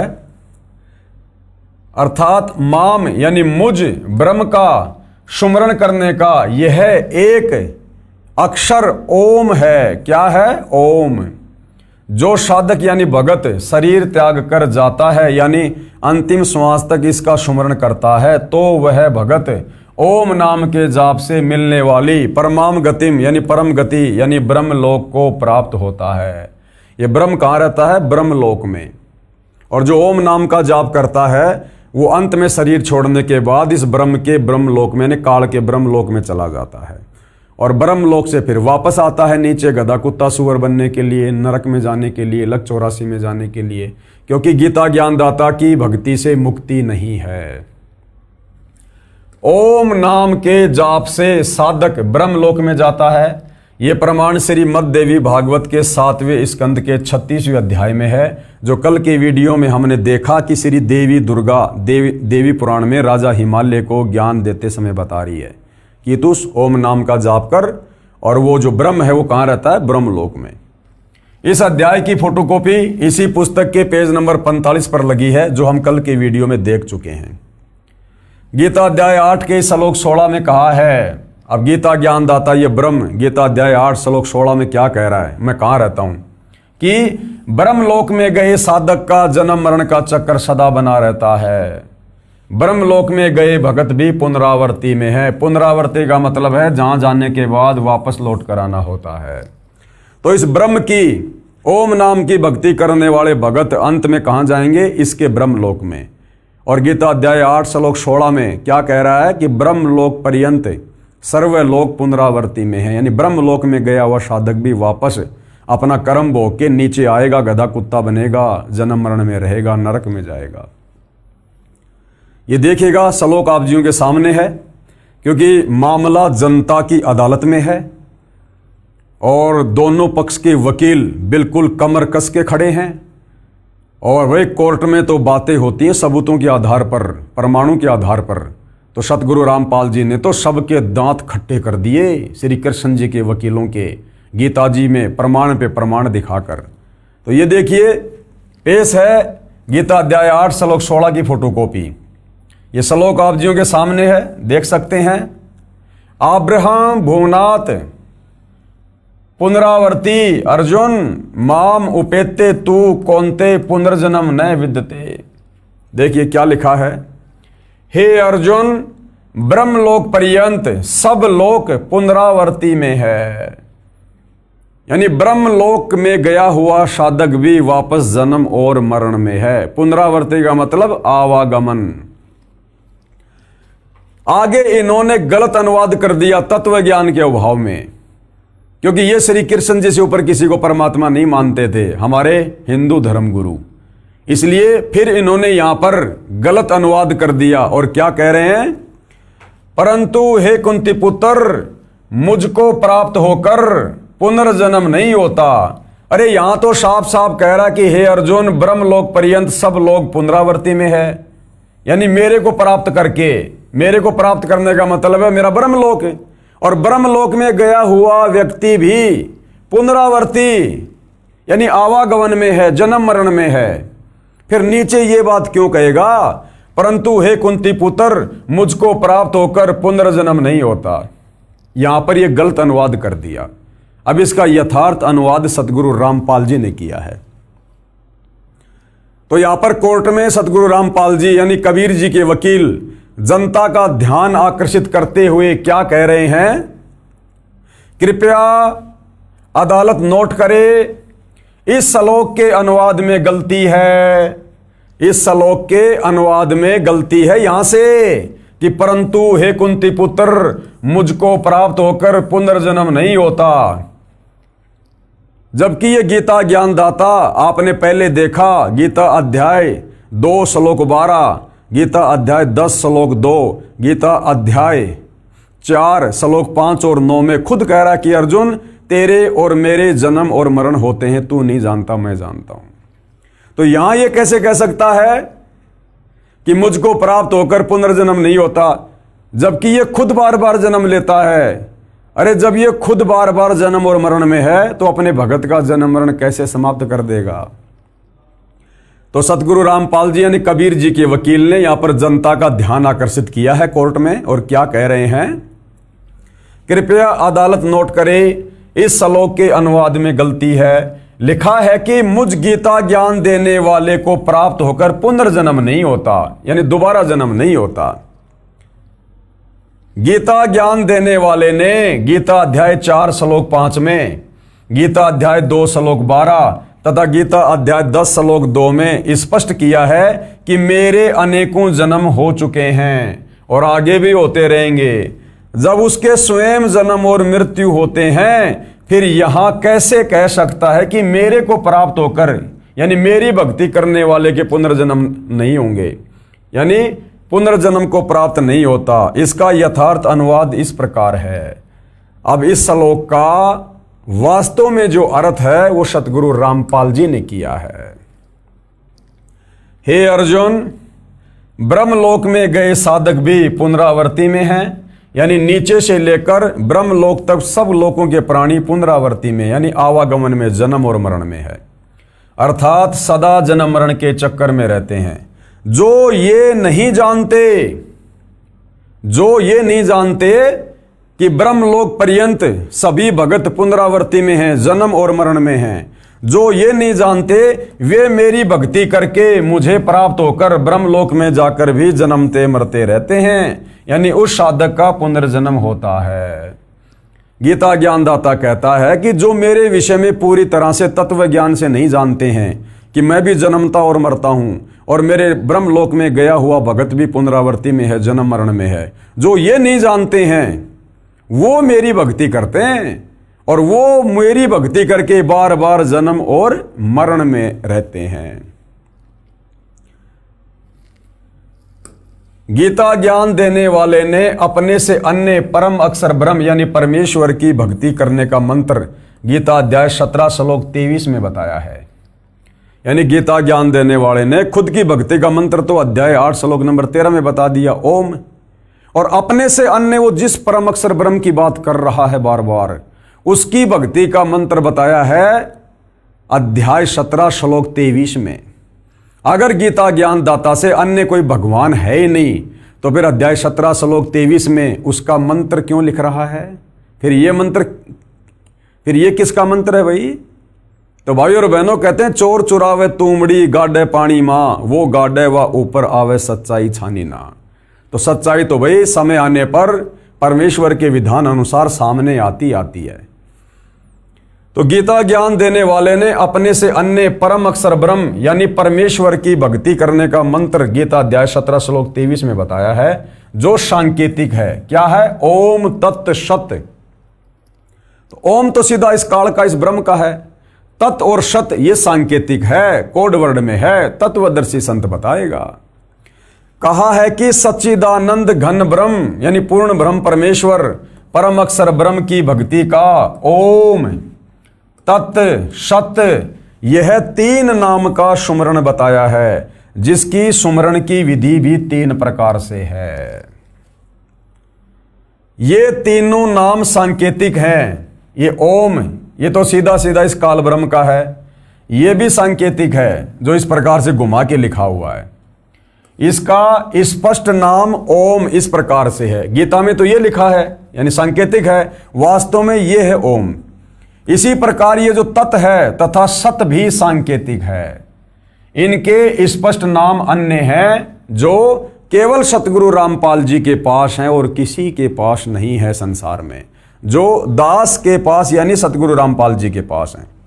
वर्तमान में दास यानी सतगुरु रामपाल जी के अतिरिक्त विश्व में किसी गुरु ऋषि संत देवता आदि को इन यथार्थ मंत्रों का ज्ञान नहीं है। खुद गीता ज्ञान दाता को नहीं है। मेरे कुछ भक्तों को दास ने तीनों नाम स्पष्ट कर रखे हैं, वे उनका जाप करते हैं। यानी सतगुरु रामपाल जी ने अपने कुछ भक्तों को ये गीता अध्याय 17 श्लोक 23 वाला जो मंत्र है वो खोल के बताया हुआ है, तो उनके भगत इसका जाप जो है वो करते हैं। अब ये है पेश है गीता अध्याय 17 श्लोक 23 की फोटोकॉपी, जो यहां पर लिखा हुआ है उस परम अक्षर ब्रह्म का मंत्र ओम तत् सत। ये है वो 3 मंत्र ओम तत् सत।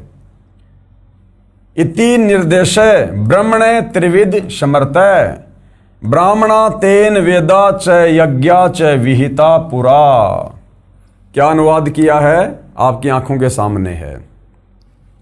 ओम तत् सत, ये देखिए ओम तत् सत। ऐसे यह 3 प्रकार का सच्चिदानंद घन ब्रह्म का, सच्चिदानंद घन ब्रह्म यानी सत्य चित्त आनंद परमात्मा, सर्वश्रेष्ठ परमात्मा यानी ब्रह्म का, भगवान का नाम कहा है। गीता ज्ञानदाता अपने से अन्य उस सच्चिदानंद घन परमात्मा की भक्ति का मंत्र बता रहा है, जो कि कोड वर्ड में है, संकेत में है, उसको भी पूरा नहीं पता। तत्वदर्शी संत ही खोलकर बता सकता है।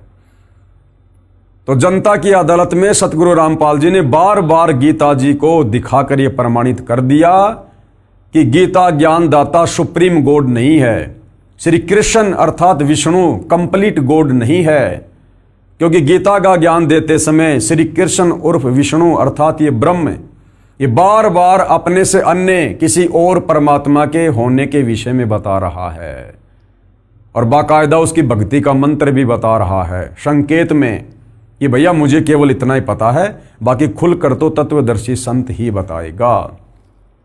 अर्थात श्री कृष्ण उर्फ विष्णु की भक्ति करने से मोक्ष नहीं है, मुक्ति नहीं है, जन्म मरण समाप्त नहीं है, क्योंकि ये खुद जन्म और मरण में है। ओम तत्सत यह है 3 प्रकार का सच्चिदानंद घन ब्रह्म का नाम कहा है।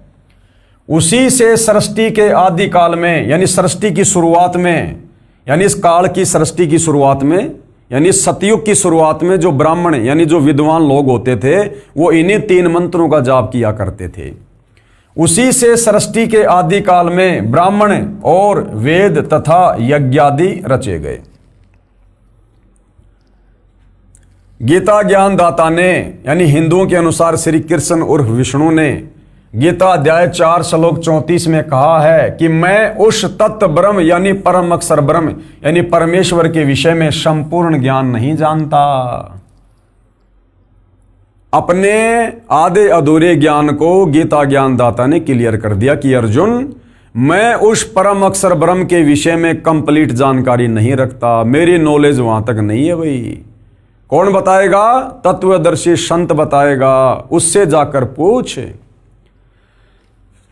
अगर आप वास्तव में परमात्मा चाहते हैं और हिंदू समाज से हैं और अपने सदग्रंथों को गीता जी को सही मानते हैं तो भाई और बहनों फिर आपने इस सच्चाई को स्वीकार करना पड़ेगा, अन्यथा आपसे कर्महीन कर्म ठोक प्राणी धरती पर कोई और नहीं है फिर, जो आंखों देखकर भी सच्चाई को स्वीकार नहीं करेगा। गीता जी का ज्ञान देने वाला भगवान हिंदुओं के अनुसार श्री कृष्ण और विष्णु हाथ खड़े कर रहा है कि भैया मुझे भी इस कंप्लीट सृष्टि रचना का नहीं पता, ये दुनिया किसने बनाई किसने रची। हाँ, अगर तेरे को उसके बारे में जानकारी चाहिए और यदि तू उसको प्राप्त करना चाहता है तो किसी तत्वदर्शी संत की खोज कर उसकी शरण में जा। क्या कह रहा है? गीता ज्ञान दाता ने गीता अध्याय 4 श्लोक 34 में कहा है कि मैं उस तत्व ब्रह्म यानी परम अक्षर ब्रह्म यानी परमेश्वर कौन? कबीर देव के विषय में संपूर्ण ज्ञान नहीं जानता, यानी मैं उस परमात्मा के बारे में नहीं जानता। तो कौन जानता है? किसी तत्वदर्शी संतों के पास जाकर उस ज्ञान को समझ। अगर गीता ज्ञान दाता श्री कृष्ण उर्फ विष्णु के पास ये ज्ञान होता तो एक श्लोक और लिख देता कि अर्जुन ये है वो ज्ञान, ये है वो भगवान, ये है उसकी प्राप्ति, एक श्लोक और लिख देता। लेकिन यहां पर साफ साफ गीता का ज्ञान देने वाला आप हिंदू भाई बहनों के अनुसार श्री कृष्ण उर्फ विष्णु साफ साफ हाथ खड़े कर रहा है कि अर्जुन, उस परमेश्वर के विषय में मुझे भी पूरी जानकारी नहीं है, अगर उसके विषय में जानकारी चाहिए तो किसी तत्वदर्शी संत की शरण में जा। तो भाई और बहनों, आज पूरे विश्व के मानव समाज का परम सौभाग्य आज वह तत्वदर्शी संत धरती पर सतगुरु रामपाल जी है। तभी तो जनता की अदालत में और गीता जी को दिखाकर सब कुछ क्लियर कर रहे हैं। गीता ज्ञान दाता ने गीता अध्याय 4 श्लोक 34 में कहा है कि मैं उस तत्व ब्रह्म यानी परम अक्षर ब्रह्म यानी परमेश्वर के विषय में संपूर्ण ज्ञान नहीं जानता। किसी तत्वदर्शी संतों के पास जाकर उस ज्ञान को समझ, उनको दंडवत प्रणाम कर, उनकी सेवा कर, नम्रता पूर्वक प्रसन्न कर, तब वे तत्व ज्ञानी महात्मा तुझे तत्व ज्ञान का उपदेश देंगे। तब वो तत्वदर्शी संत तुझे उस तत्व ज्ञान का, उस परमात्मा के विषय में जानकारी देगा, उस परमात्मा की भक्ति देगा, जन्म और मरण को काटने वाली भक्ति देगा। तो आज सौभाग्य भाई और बहनों पृथ्वीवासियों का कि वह तत्वदर्शी संत धरती पर साक्षात प्रकट है। पेश है गीता अध्याय 4 श्लोक 34 की फोटोकॉपी। जो यहां लिखा हुआ है वो यहां पर आपको देखने को मिलेगा, क्योंकि मामला जनता की कोर्ट में है और जनता तो भैया बगैर प्रमाण देखे, क्योंकि कोर्ट में तो सबूतों के आधार पर बात होती है। तो यहां पर कबीर जी के वकील सतगुरु रामपाल जी ने जनता की अदालत में जनता के सामने हिंदू धर्म के शास्त्रों को दिखाकर श्री कृष्ण जी के तमाम वकील यानी धर्म गुरुओं के दांत खट्टे कर दिए। देखिए क्या लिखा है, तत्व विधि प्राणिपातेन परिप्रश्नेन सेवैया उपदेक्षन्तेनि ये ज्ञानम ज्ञानिन तत्वदर्शिन। और हिंदी में सामने बिल्कुल क्लियर अनुवाद कर रखा। ये अनुवाद सतगुरु रामपाल जी ने नहीं किया, ये अनुवाद सैकड़ों वर्ष पहले हिंदू धर्म के उन विद्वानों ने किया है जिनको हिंदू समाज विद्वान मानता था। क्या कह रहे हैं गीता ज्ञानदाता, उस ज्ञान को, कौन से ज्ञान को, परमात्मा के विषय में, उस ज्ञान को तू तत्वदर्शी ज्ञानियों के पास जाकर समझ। अगर गीता ज्ञान देने वाले श्री कृष्ण के पास वो ज्ञान होता तो खुद ही ना बता देता, किसी और के पास जाकर समझने के लिए क्यों कह रहा है, क्योंकि उसे भी नहीं पता।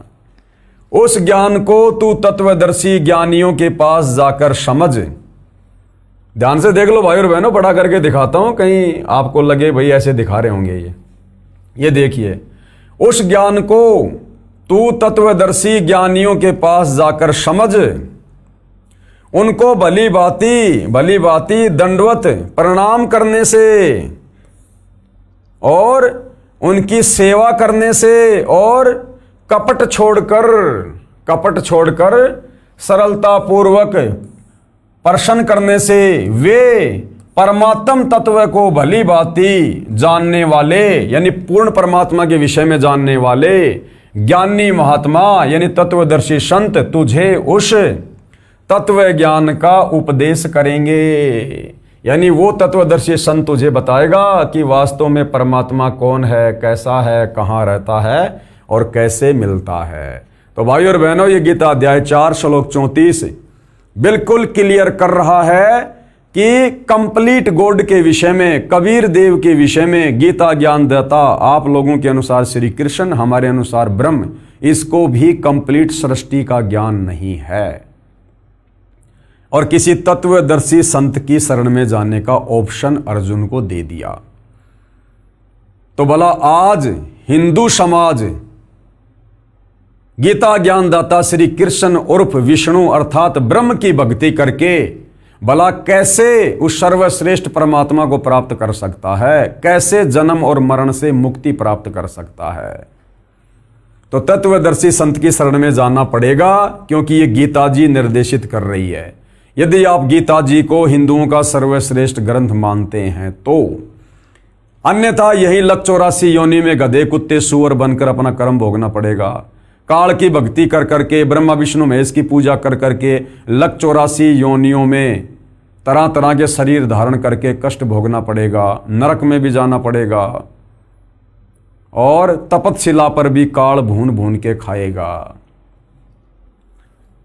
आगे देखिएगा, तत्वदर्शी संत की पहचान भी बताई है। अध्याय 4 श्लोक 34 में जिस तत्वदर्शी संत की शरण में जाने की सलाह गीता ज्ञानदाता अर्जुन को दे रहा है, साथ में उस तत्वदर्शी संत की पहचान भी बता रहा है कि उस तत्वदर्शी संत की पहचान क्या होगी।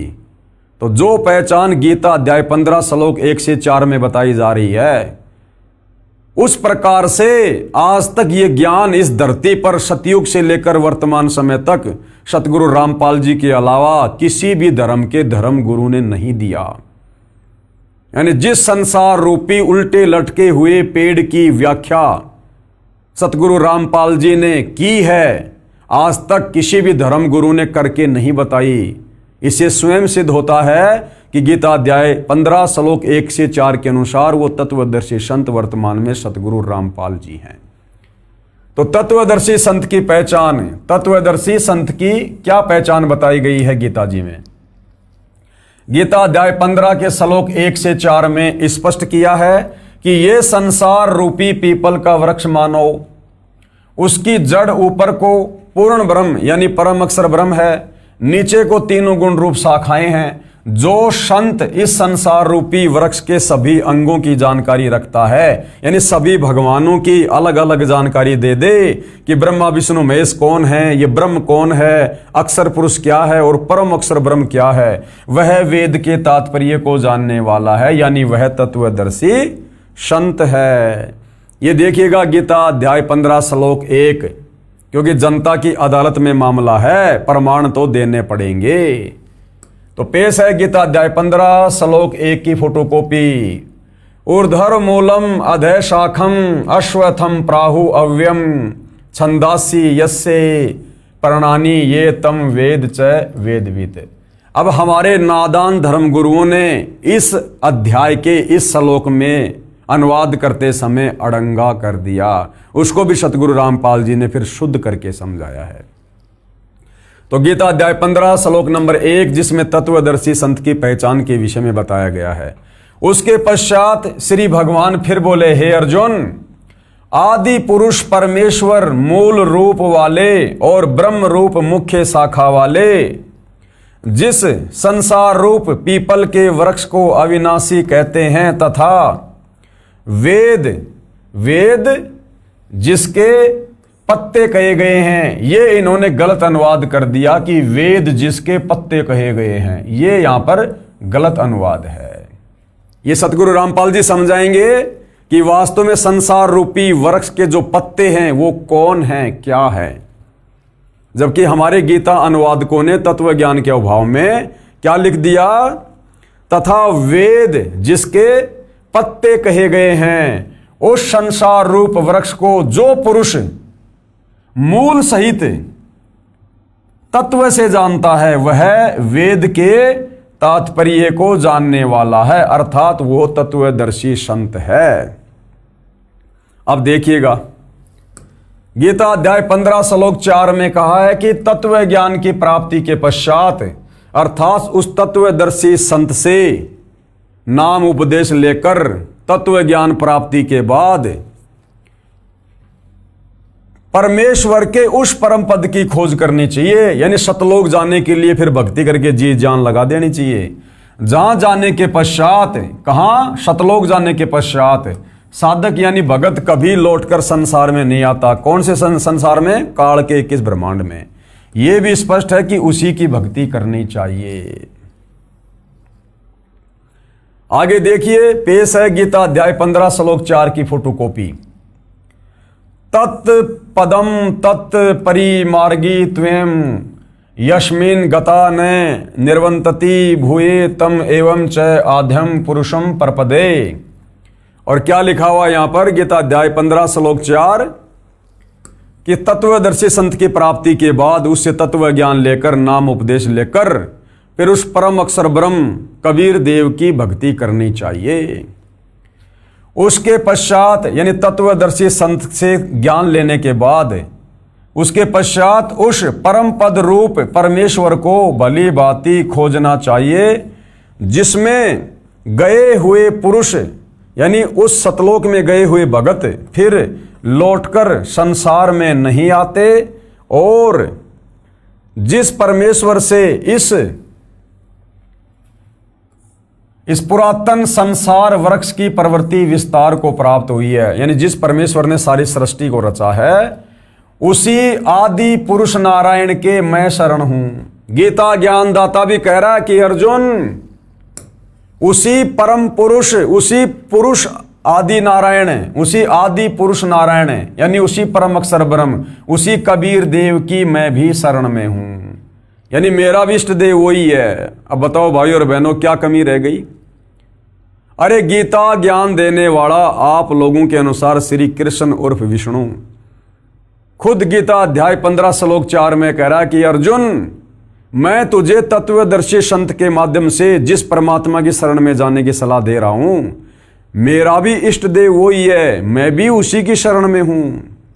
हालांकि इसको वास्तविक मंत्र नहीं पता, वास्तविक भक्ति नहीं पता, लेकिन सृष्टि रचना से आपको पता चलेगा कि ये काल वहीं से आया हुआ है। ये भी सतलोक का निवासी था, लेकिन इसने तप करके गलती की। तो ये कह रहा है कि मैं भी उसी आदि पुरुष नारायण की शरण में हूं। आदि पुरुष नारायण यानी सृष्टि का सबसे पहला भगवान कबीर देव। तो भाई तुम्हारा गीता ज्ञानदाता श्री कृष्ण उर्फ विष्णु अर्थात ब्रह्म, जब ये खुद उस आदि पुरुष नारायण कबीर देव परम अक्षर ब्रह्म की शरण में है, ये भी उसी को अपना इष्ट मानता है, जैसा इसको पता है उसकी भक्ति करता है, तो भला भाई और बहनों, फिर आप और हमारी मुक्ति इस गीता ज्ञान देने वाले भगवान की शरण में आने से, अर्थात श्री कृष्ण उर्फ रामचंद्र उर्फ ब्रह्मा विष्णु महेश की भक्ति करने से फिर आप और हमारी मुक्ति कैसे होगी? आप और हमारा जन्म मरण का रोग कैसे कटेगा, जब गीता ज्ञानदाता खुद जन्म और मरण में है? क्या कह रहा है? उसी आदि पुरुष नारायण के मैं शरण हूं, इस प्रकार दृढ़ निश्चय करके उस परमेश्वर का मनन और नित्य ध्यान आसन करना चाहिए। यानी उसी भगवान का ध्यान कर, उसी की पूजा कर, अपने से अन्य भगवान के विषय में कह रहा है। तो हिंदू समाज के भाई बहनों ने विचार करना चाहिए। आज तक आप लोगों ने केवल गीता का नाम सुना होगा, या कोई लेकर आ गया होगा तो सीधा सीधा उसका पाठ कर लिया होगा। ये इस प्रकार पाठ करने से समझ में नहीं आती। अगर ऐसे समझ में आ जाती तो गीता अध्याय 4 श्लोक 34 में गीता ज्ञान देने वाला हिंदू समाज का भगवान श्री कृष्ण और विष्णु तत्वदर्शी संत की शरण में जाकर गीता पढ़ने की सलाह नहीं देता। आगे देखिए, गीता अध्याय 15 के ही श्लोक 16 और 17 में 3 पुरुष यानी प्रभु बताए हैं, भगवान बताए हैं। क्षर पुरुष गीता ज्ञान देने वाला है, जो केवल 21 ब्रह्मांड का प्रभु है, यानी ब्रह्मा विष्णु महेश का पिता है ये, जो गीता ज्ञान दे रहा है। दूसरा है अक्षर पुरुष, जो 7 संग ब्रह्मांडों का स्वामी है, प्रभु है, भगवान है। तथा तीसरा है परम अक्षर ब्रह्म, यानी परमेश्वर सब का मालिक है, जो उपरोक्त क्षर पुरुष तथा अक्षर पुरुष से अन्य है। वह वास्तव में अविनाशी है, वही पुरुषोत्तम है, वही परमात्मा कहा जाता है।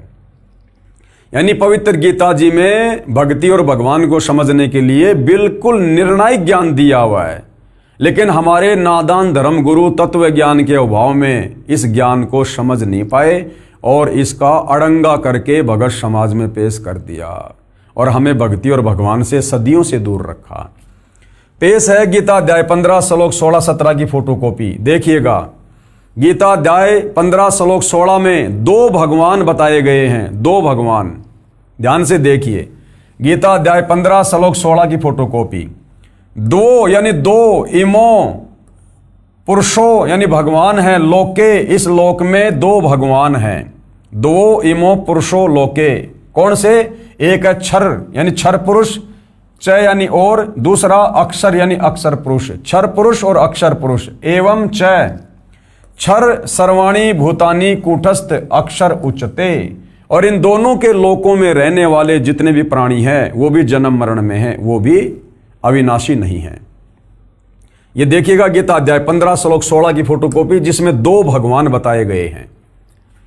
इस संसार में नाशवान और अविनाशी भी ये 2 प्रकार के पुरुष हैं, यानी भगवान हैं।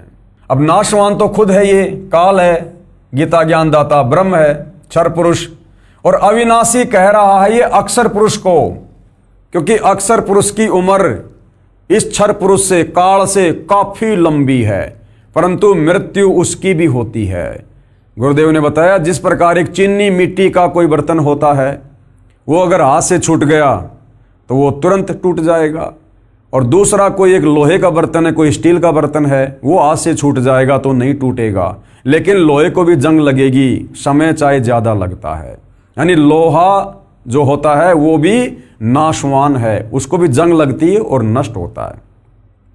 इसलिए अक्षर पुरुष को उसकी ज़्यादा लंबी उम्र होने के चलते यहाँ पर अविनाशी यानी अक्षर कहा है, जबकि दोनों ही अविनाशी हैं।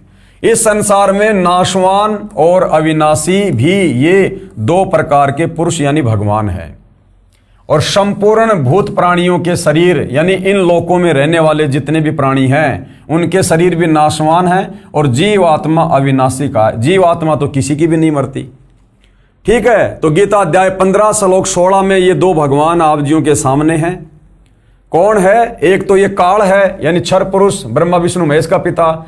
दूसरा ये अक्षर पुरुष है जो सात संग ब्रह्मांड का स्वामी है। तो ये दो भगवान हो गए गीता अध्याय 15 श्लोक नंबर 16 में। अब जस्ट आगे गीता अध्याय 15 श्लोक 17 में गीता ज्ञानदाता क्या कह रहा है कि वास्तव में जो पुरुषोत्तम है, उत्तम पुरुष, सर्वश्रेष्ठ परमात्मा, वो तो इन दोनों से अलग ही है। देखिएगा भाई और बहनों, अब देखिए गीता अध्याय 15 श्लोक 17 की फोटोकॉपी। उत्तम पुरुष तु अन्य और परमात्मा इति उदाहरते। उत्तम पुरुष तु अन्य यानी सर्वश्रेष्ठ परमात्मा तो उन दोनों से अन्य ही है। ये लोक तर्रम अवश्य विवर्ती अव ईश्वरे, जो तीनों लोकों में प्रवेश करके सबका धारण पोषण करता है। वो कौन है?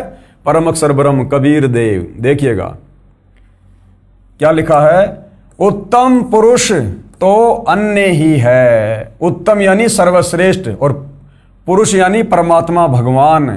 तो कह रहा है गीता अध्याय 15 श्लोक 16 में जो दो भगवान हैं, क्षर और अक्षर, उन दोनों से अन्य है।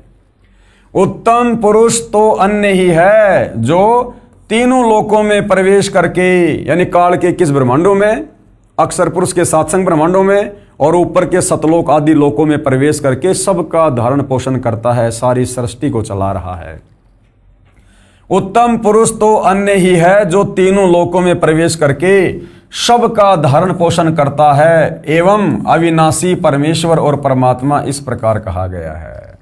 उसी को वास्तव में अविनाशी परमात्मा कहा गया है। वो कभी नहीं मरता, उसको कोई नहीं मार सकता, क्योंकि गीता अध्याय 2 श्लोक 17 में खुद ये काल गीता का ज्ञान देने वाला कह रहा है कि अर्जुन अविनाशी तो उसको जान जिसको मारने में कोई समर्थ नहीं। यानी अर्जुन मैं भी अविनाशी नहीं हूं। खुद के विषय में तो गीता अध्याय 2 श्लोक 12, अध्याय 10 श्लोक 2, अध्याय 4 श्लोक 5 और 9 में कह दिया कि मेरे और तेरे बहुत जन्म हो चुके हैं, आगे भी होंगे, तू नहीं जानता मैं जानता हूं। फिर गीता अध्याय 2 श्लोक 17 में अपने से अन्य भगवान के विषय में कह रहा कि अर्जुन अविनाशी तो उसको जान जिसको मारने में कोई भी सक्षम नहीं, अर्थात कबीर परमात्मा। गीता अध्याय 15 श्लोक 16-17 का श्लोक 1 से 4 से संबंध है। गीता अध्याय 15 श्लोक 1 से 4 में कहा कि ये संसार पीपल के वृक्ष के समान जानो, जिसकी जड़ यानी मूल ऊपर को मानो जो परम अक्षर ब्रह्म है, तथा नीचे को तीनों गुण रजगुण ब्रह्मा, सतगुण विष्णु, तमगुण शिव जानो। इस प्रकार इस संसार रूप वृक्ष के पत्ते आदि तना व मोटी डार विभाग हैं। जो इस संसार रूप वृक्ष के सब अंगों मूल, तना, डार, शाखा तथा पत्ते को जानता है वो तत्वदर्शी संत है।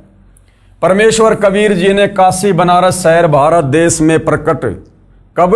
सन 1398 से 1518 में, लगभग 550 वर्ष पहले, यानी सन 1398 और 1518 के दौरान, यानी 120 साल तक तत्वदर्शी संत रूप में यह भेद बताया था और कहा था। यानी वो परम अक्षर ब्रह्म उत्तम पुरुषत्व अन्य, जिसके विषय में गीता ज्ञान दाता बार बार कह रहा है कि मेरे से अन्य उस परमात्मा की शरण में जा, वो कबीर देव है, परम अक्षर ब्रह्म है। वो कबीर परमात्मा चारों युगों में यहाँ आते हैं हमें ये तत्व ज्ञान समझाने के लिए। और लेटेस्ट में 650 साल पहले बनारस के काशी में आए, जिनको हम कबीर दास के नाम से जानते हैं। 120 साल तक उन्होंने अपना ये तत्व ज्ञान दिया सिंपल भाषा में। और क्या कहा करते थे? कबीर अक्षर पुरुष एक पेड़ है और निरंजन वाकी डार और तीनों देवा शाखा हैं, पात रूप संसार। सिंपल भाषा में उन्होंने यही ज्ञान दिया जिस ज्ञान का समर्थन आज हमारे धर्म ग्रंथ कर रहे हैं। क्या कहा? कबीर अक्षर पुरुष एक पेड़ है और क्षर पुरुष वाकी डार। क्षर पुरुष कौन है? ये काल है, ब्रह्मा विष्णु महेश का पिता। और तीनों देवा ब्रह्मा विष्णु महेश ये उस पेड़ की शाखा हैं और पात रूप संसार। जहां पहले अनुवाद किया था गीता अध्याय 15 श्लोक 1 का हमारे विद्वान अनुवादकों ने, हिंदू धर्म गुरुओं ने, जिन्होंने कहा था कि वेद उस पेड़ के पत्ते हैं। वेद नहीं, आप और हम जितने भी प्राणी हैं ये हैं वो पत्ते, पात रूप संसार। अर्थात इस संसार रूप वृक्ष का जो तना है वो तो अक्षर पुरुष जानो, जिसके साथ संग ब्रह्मांड है। डार मानो क्षर पुरुष, यानी ये काल जिसके 21 ब्रह्मांड हैं। और तीनों देवता रजगुण ब्रह्मा, सतगुण विष्णु तथा तमगुण शिव कौन है? ये शाखा मानो। और छोटी टहनियों तथा इन पत्तों को देवता समेत अन्य जीव जंतु जानो। मूल रूप परमेश्वर कबीर जी हैं। भक्ति रूपी पेड़, संसार रूपी पेड़ की जो जड़ है, जो जमीन के अंदर है, जो दिखाई नहीं दे रही, वो कौन है? वो परम अक्षर ब्रह्म है, कबीर परमात्मा है। मूल रूप यानी जड़ रूप कौन है? परमेश्वर कबीर जी हैं, जो आगे परमाणु से सिद्ध हो जाएगा। गीता अध्याय 15 श्लोक 16 में कहा है कि क्षर पुरुष यानी काल तथा अक्षर पुरुष दोनों तथा इनके लोकों के सब प्राणी नाशवान हैं, आत्मा सबकी अमर है। फिर गीता अध्याय 15 श्लोक 17 में उस उत्तम परमेश्वर के विषय में क्या कहा कि उत्तम पुरुष यानी पुरुषोत्तम तो उपरोक्त क्षर पुरुष यानी काल तथा अक्षर पुरुष से अन्य ही है, जो परमात्मा कहा जाता है, जो तीनों लोकों में यानी क्षर पुरुष इस काल के लोक में और अक्षर पुरुष के लोक तथा अन्य परम अक्षर ब्रह्म के लोक यानी ऊपर के सतलोक, अलख लोक, अगम लोक, इन लोकों में प्रवेश करके सबका धारण पोषण करता है। जिस प्रकार पेड़ की जड़ से पेड़ के उस तने को, डारी को, शाखाओं को, टहनियों को, सबको खुराक मिलती है, उसी प्रकार वो परम अक्षर ब्रह्म जो सतलोक में रहता है, वो सारी सृष्टि का धारण पोषण करता है। वास्तव में अविनाशी परमेश्वर यानी परम अक्षर ब्रह्म है, क्योंकि वृक्ष का पोषण मूल यानी जड़ से होता है।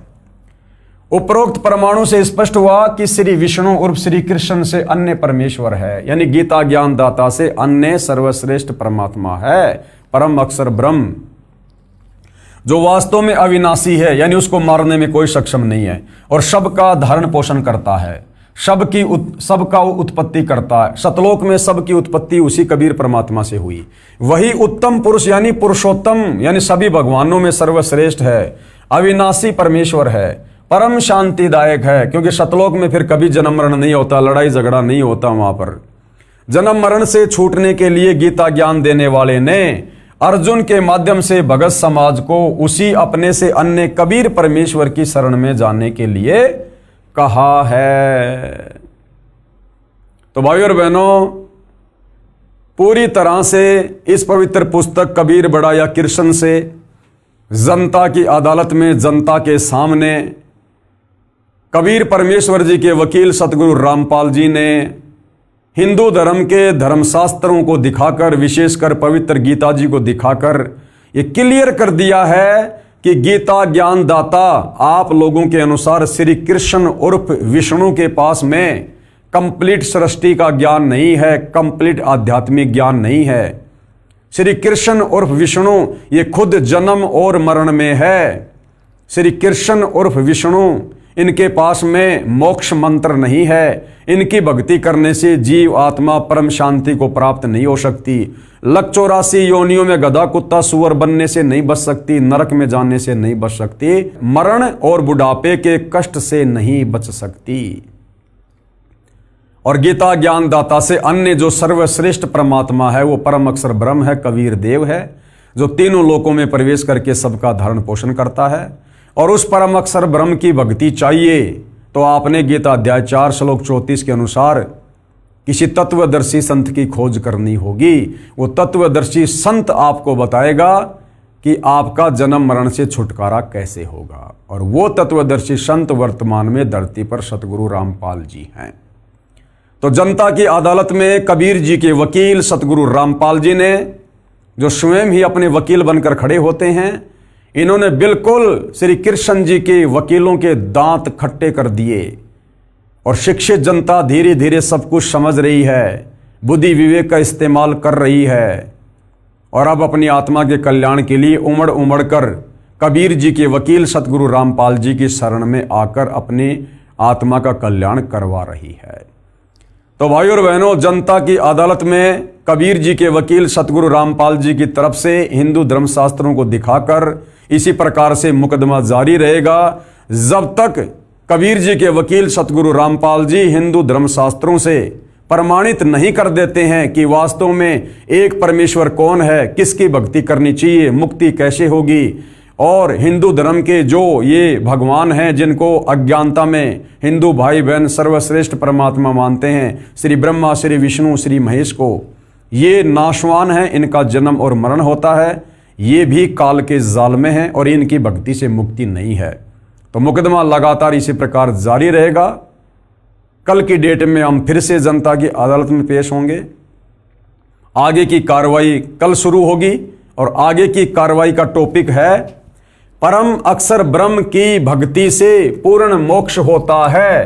परम अक्षर ब्रह्म कौन? कबीर परमात्मा, कबीर परमेश्वर, जो तीनों लोकों में प्रवेश करके सबका धरण पोषण करते हैं, जिसकी शरण में जाने के लिए गीता अध्याय 18 श्लोक 66 में गीता ज्ञान दाता अर्जुन को कह रहा है कि सर्व धर्मान प्रत्यज्य माम एकम शरणम व्रज अहम तवा सर्व पापेभ्यो मोक्षयामि मा शुच। तो उस परम अक्षर ब्रह्म यानी कबीर देव की भक्ति करने से ही आत्मा का पूर्ण मोक्ष होगा और दूसरा कोई विकल्प इस क्षर पुरुष के 21 ब्रह्मांड में और अक्षर पुरुष के 7 संग ब्रह्मांड में नहीं है। और उस परम अक्षर ब्रह्म की भक्ति बताने वाला वो परम अक्षर ब्रह्म स्वयं ही आज धरती पर सतगुरु रामपाल जी के रूप में प्रकट हैं। तो आगे की कार्रवाई के लिए हम कल फिर लाइव जुड़ेंगे। तब तक परम पूज्य गुरुदेव सतगुरु रामपाल जी आप और हम सबको आज्ञा दें, आशीर्वाद दें, सद्बुद्धि दें, हमारा मार्गदर्शन करें। बंदी छोड़ सतगुरु रामपाल जी परमेश्वर जी की जय हो।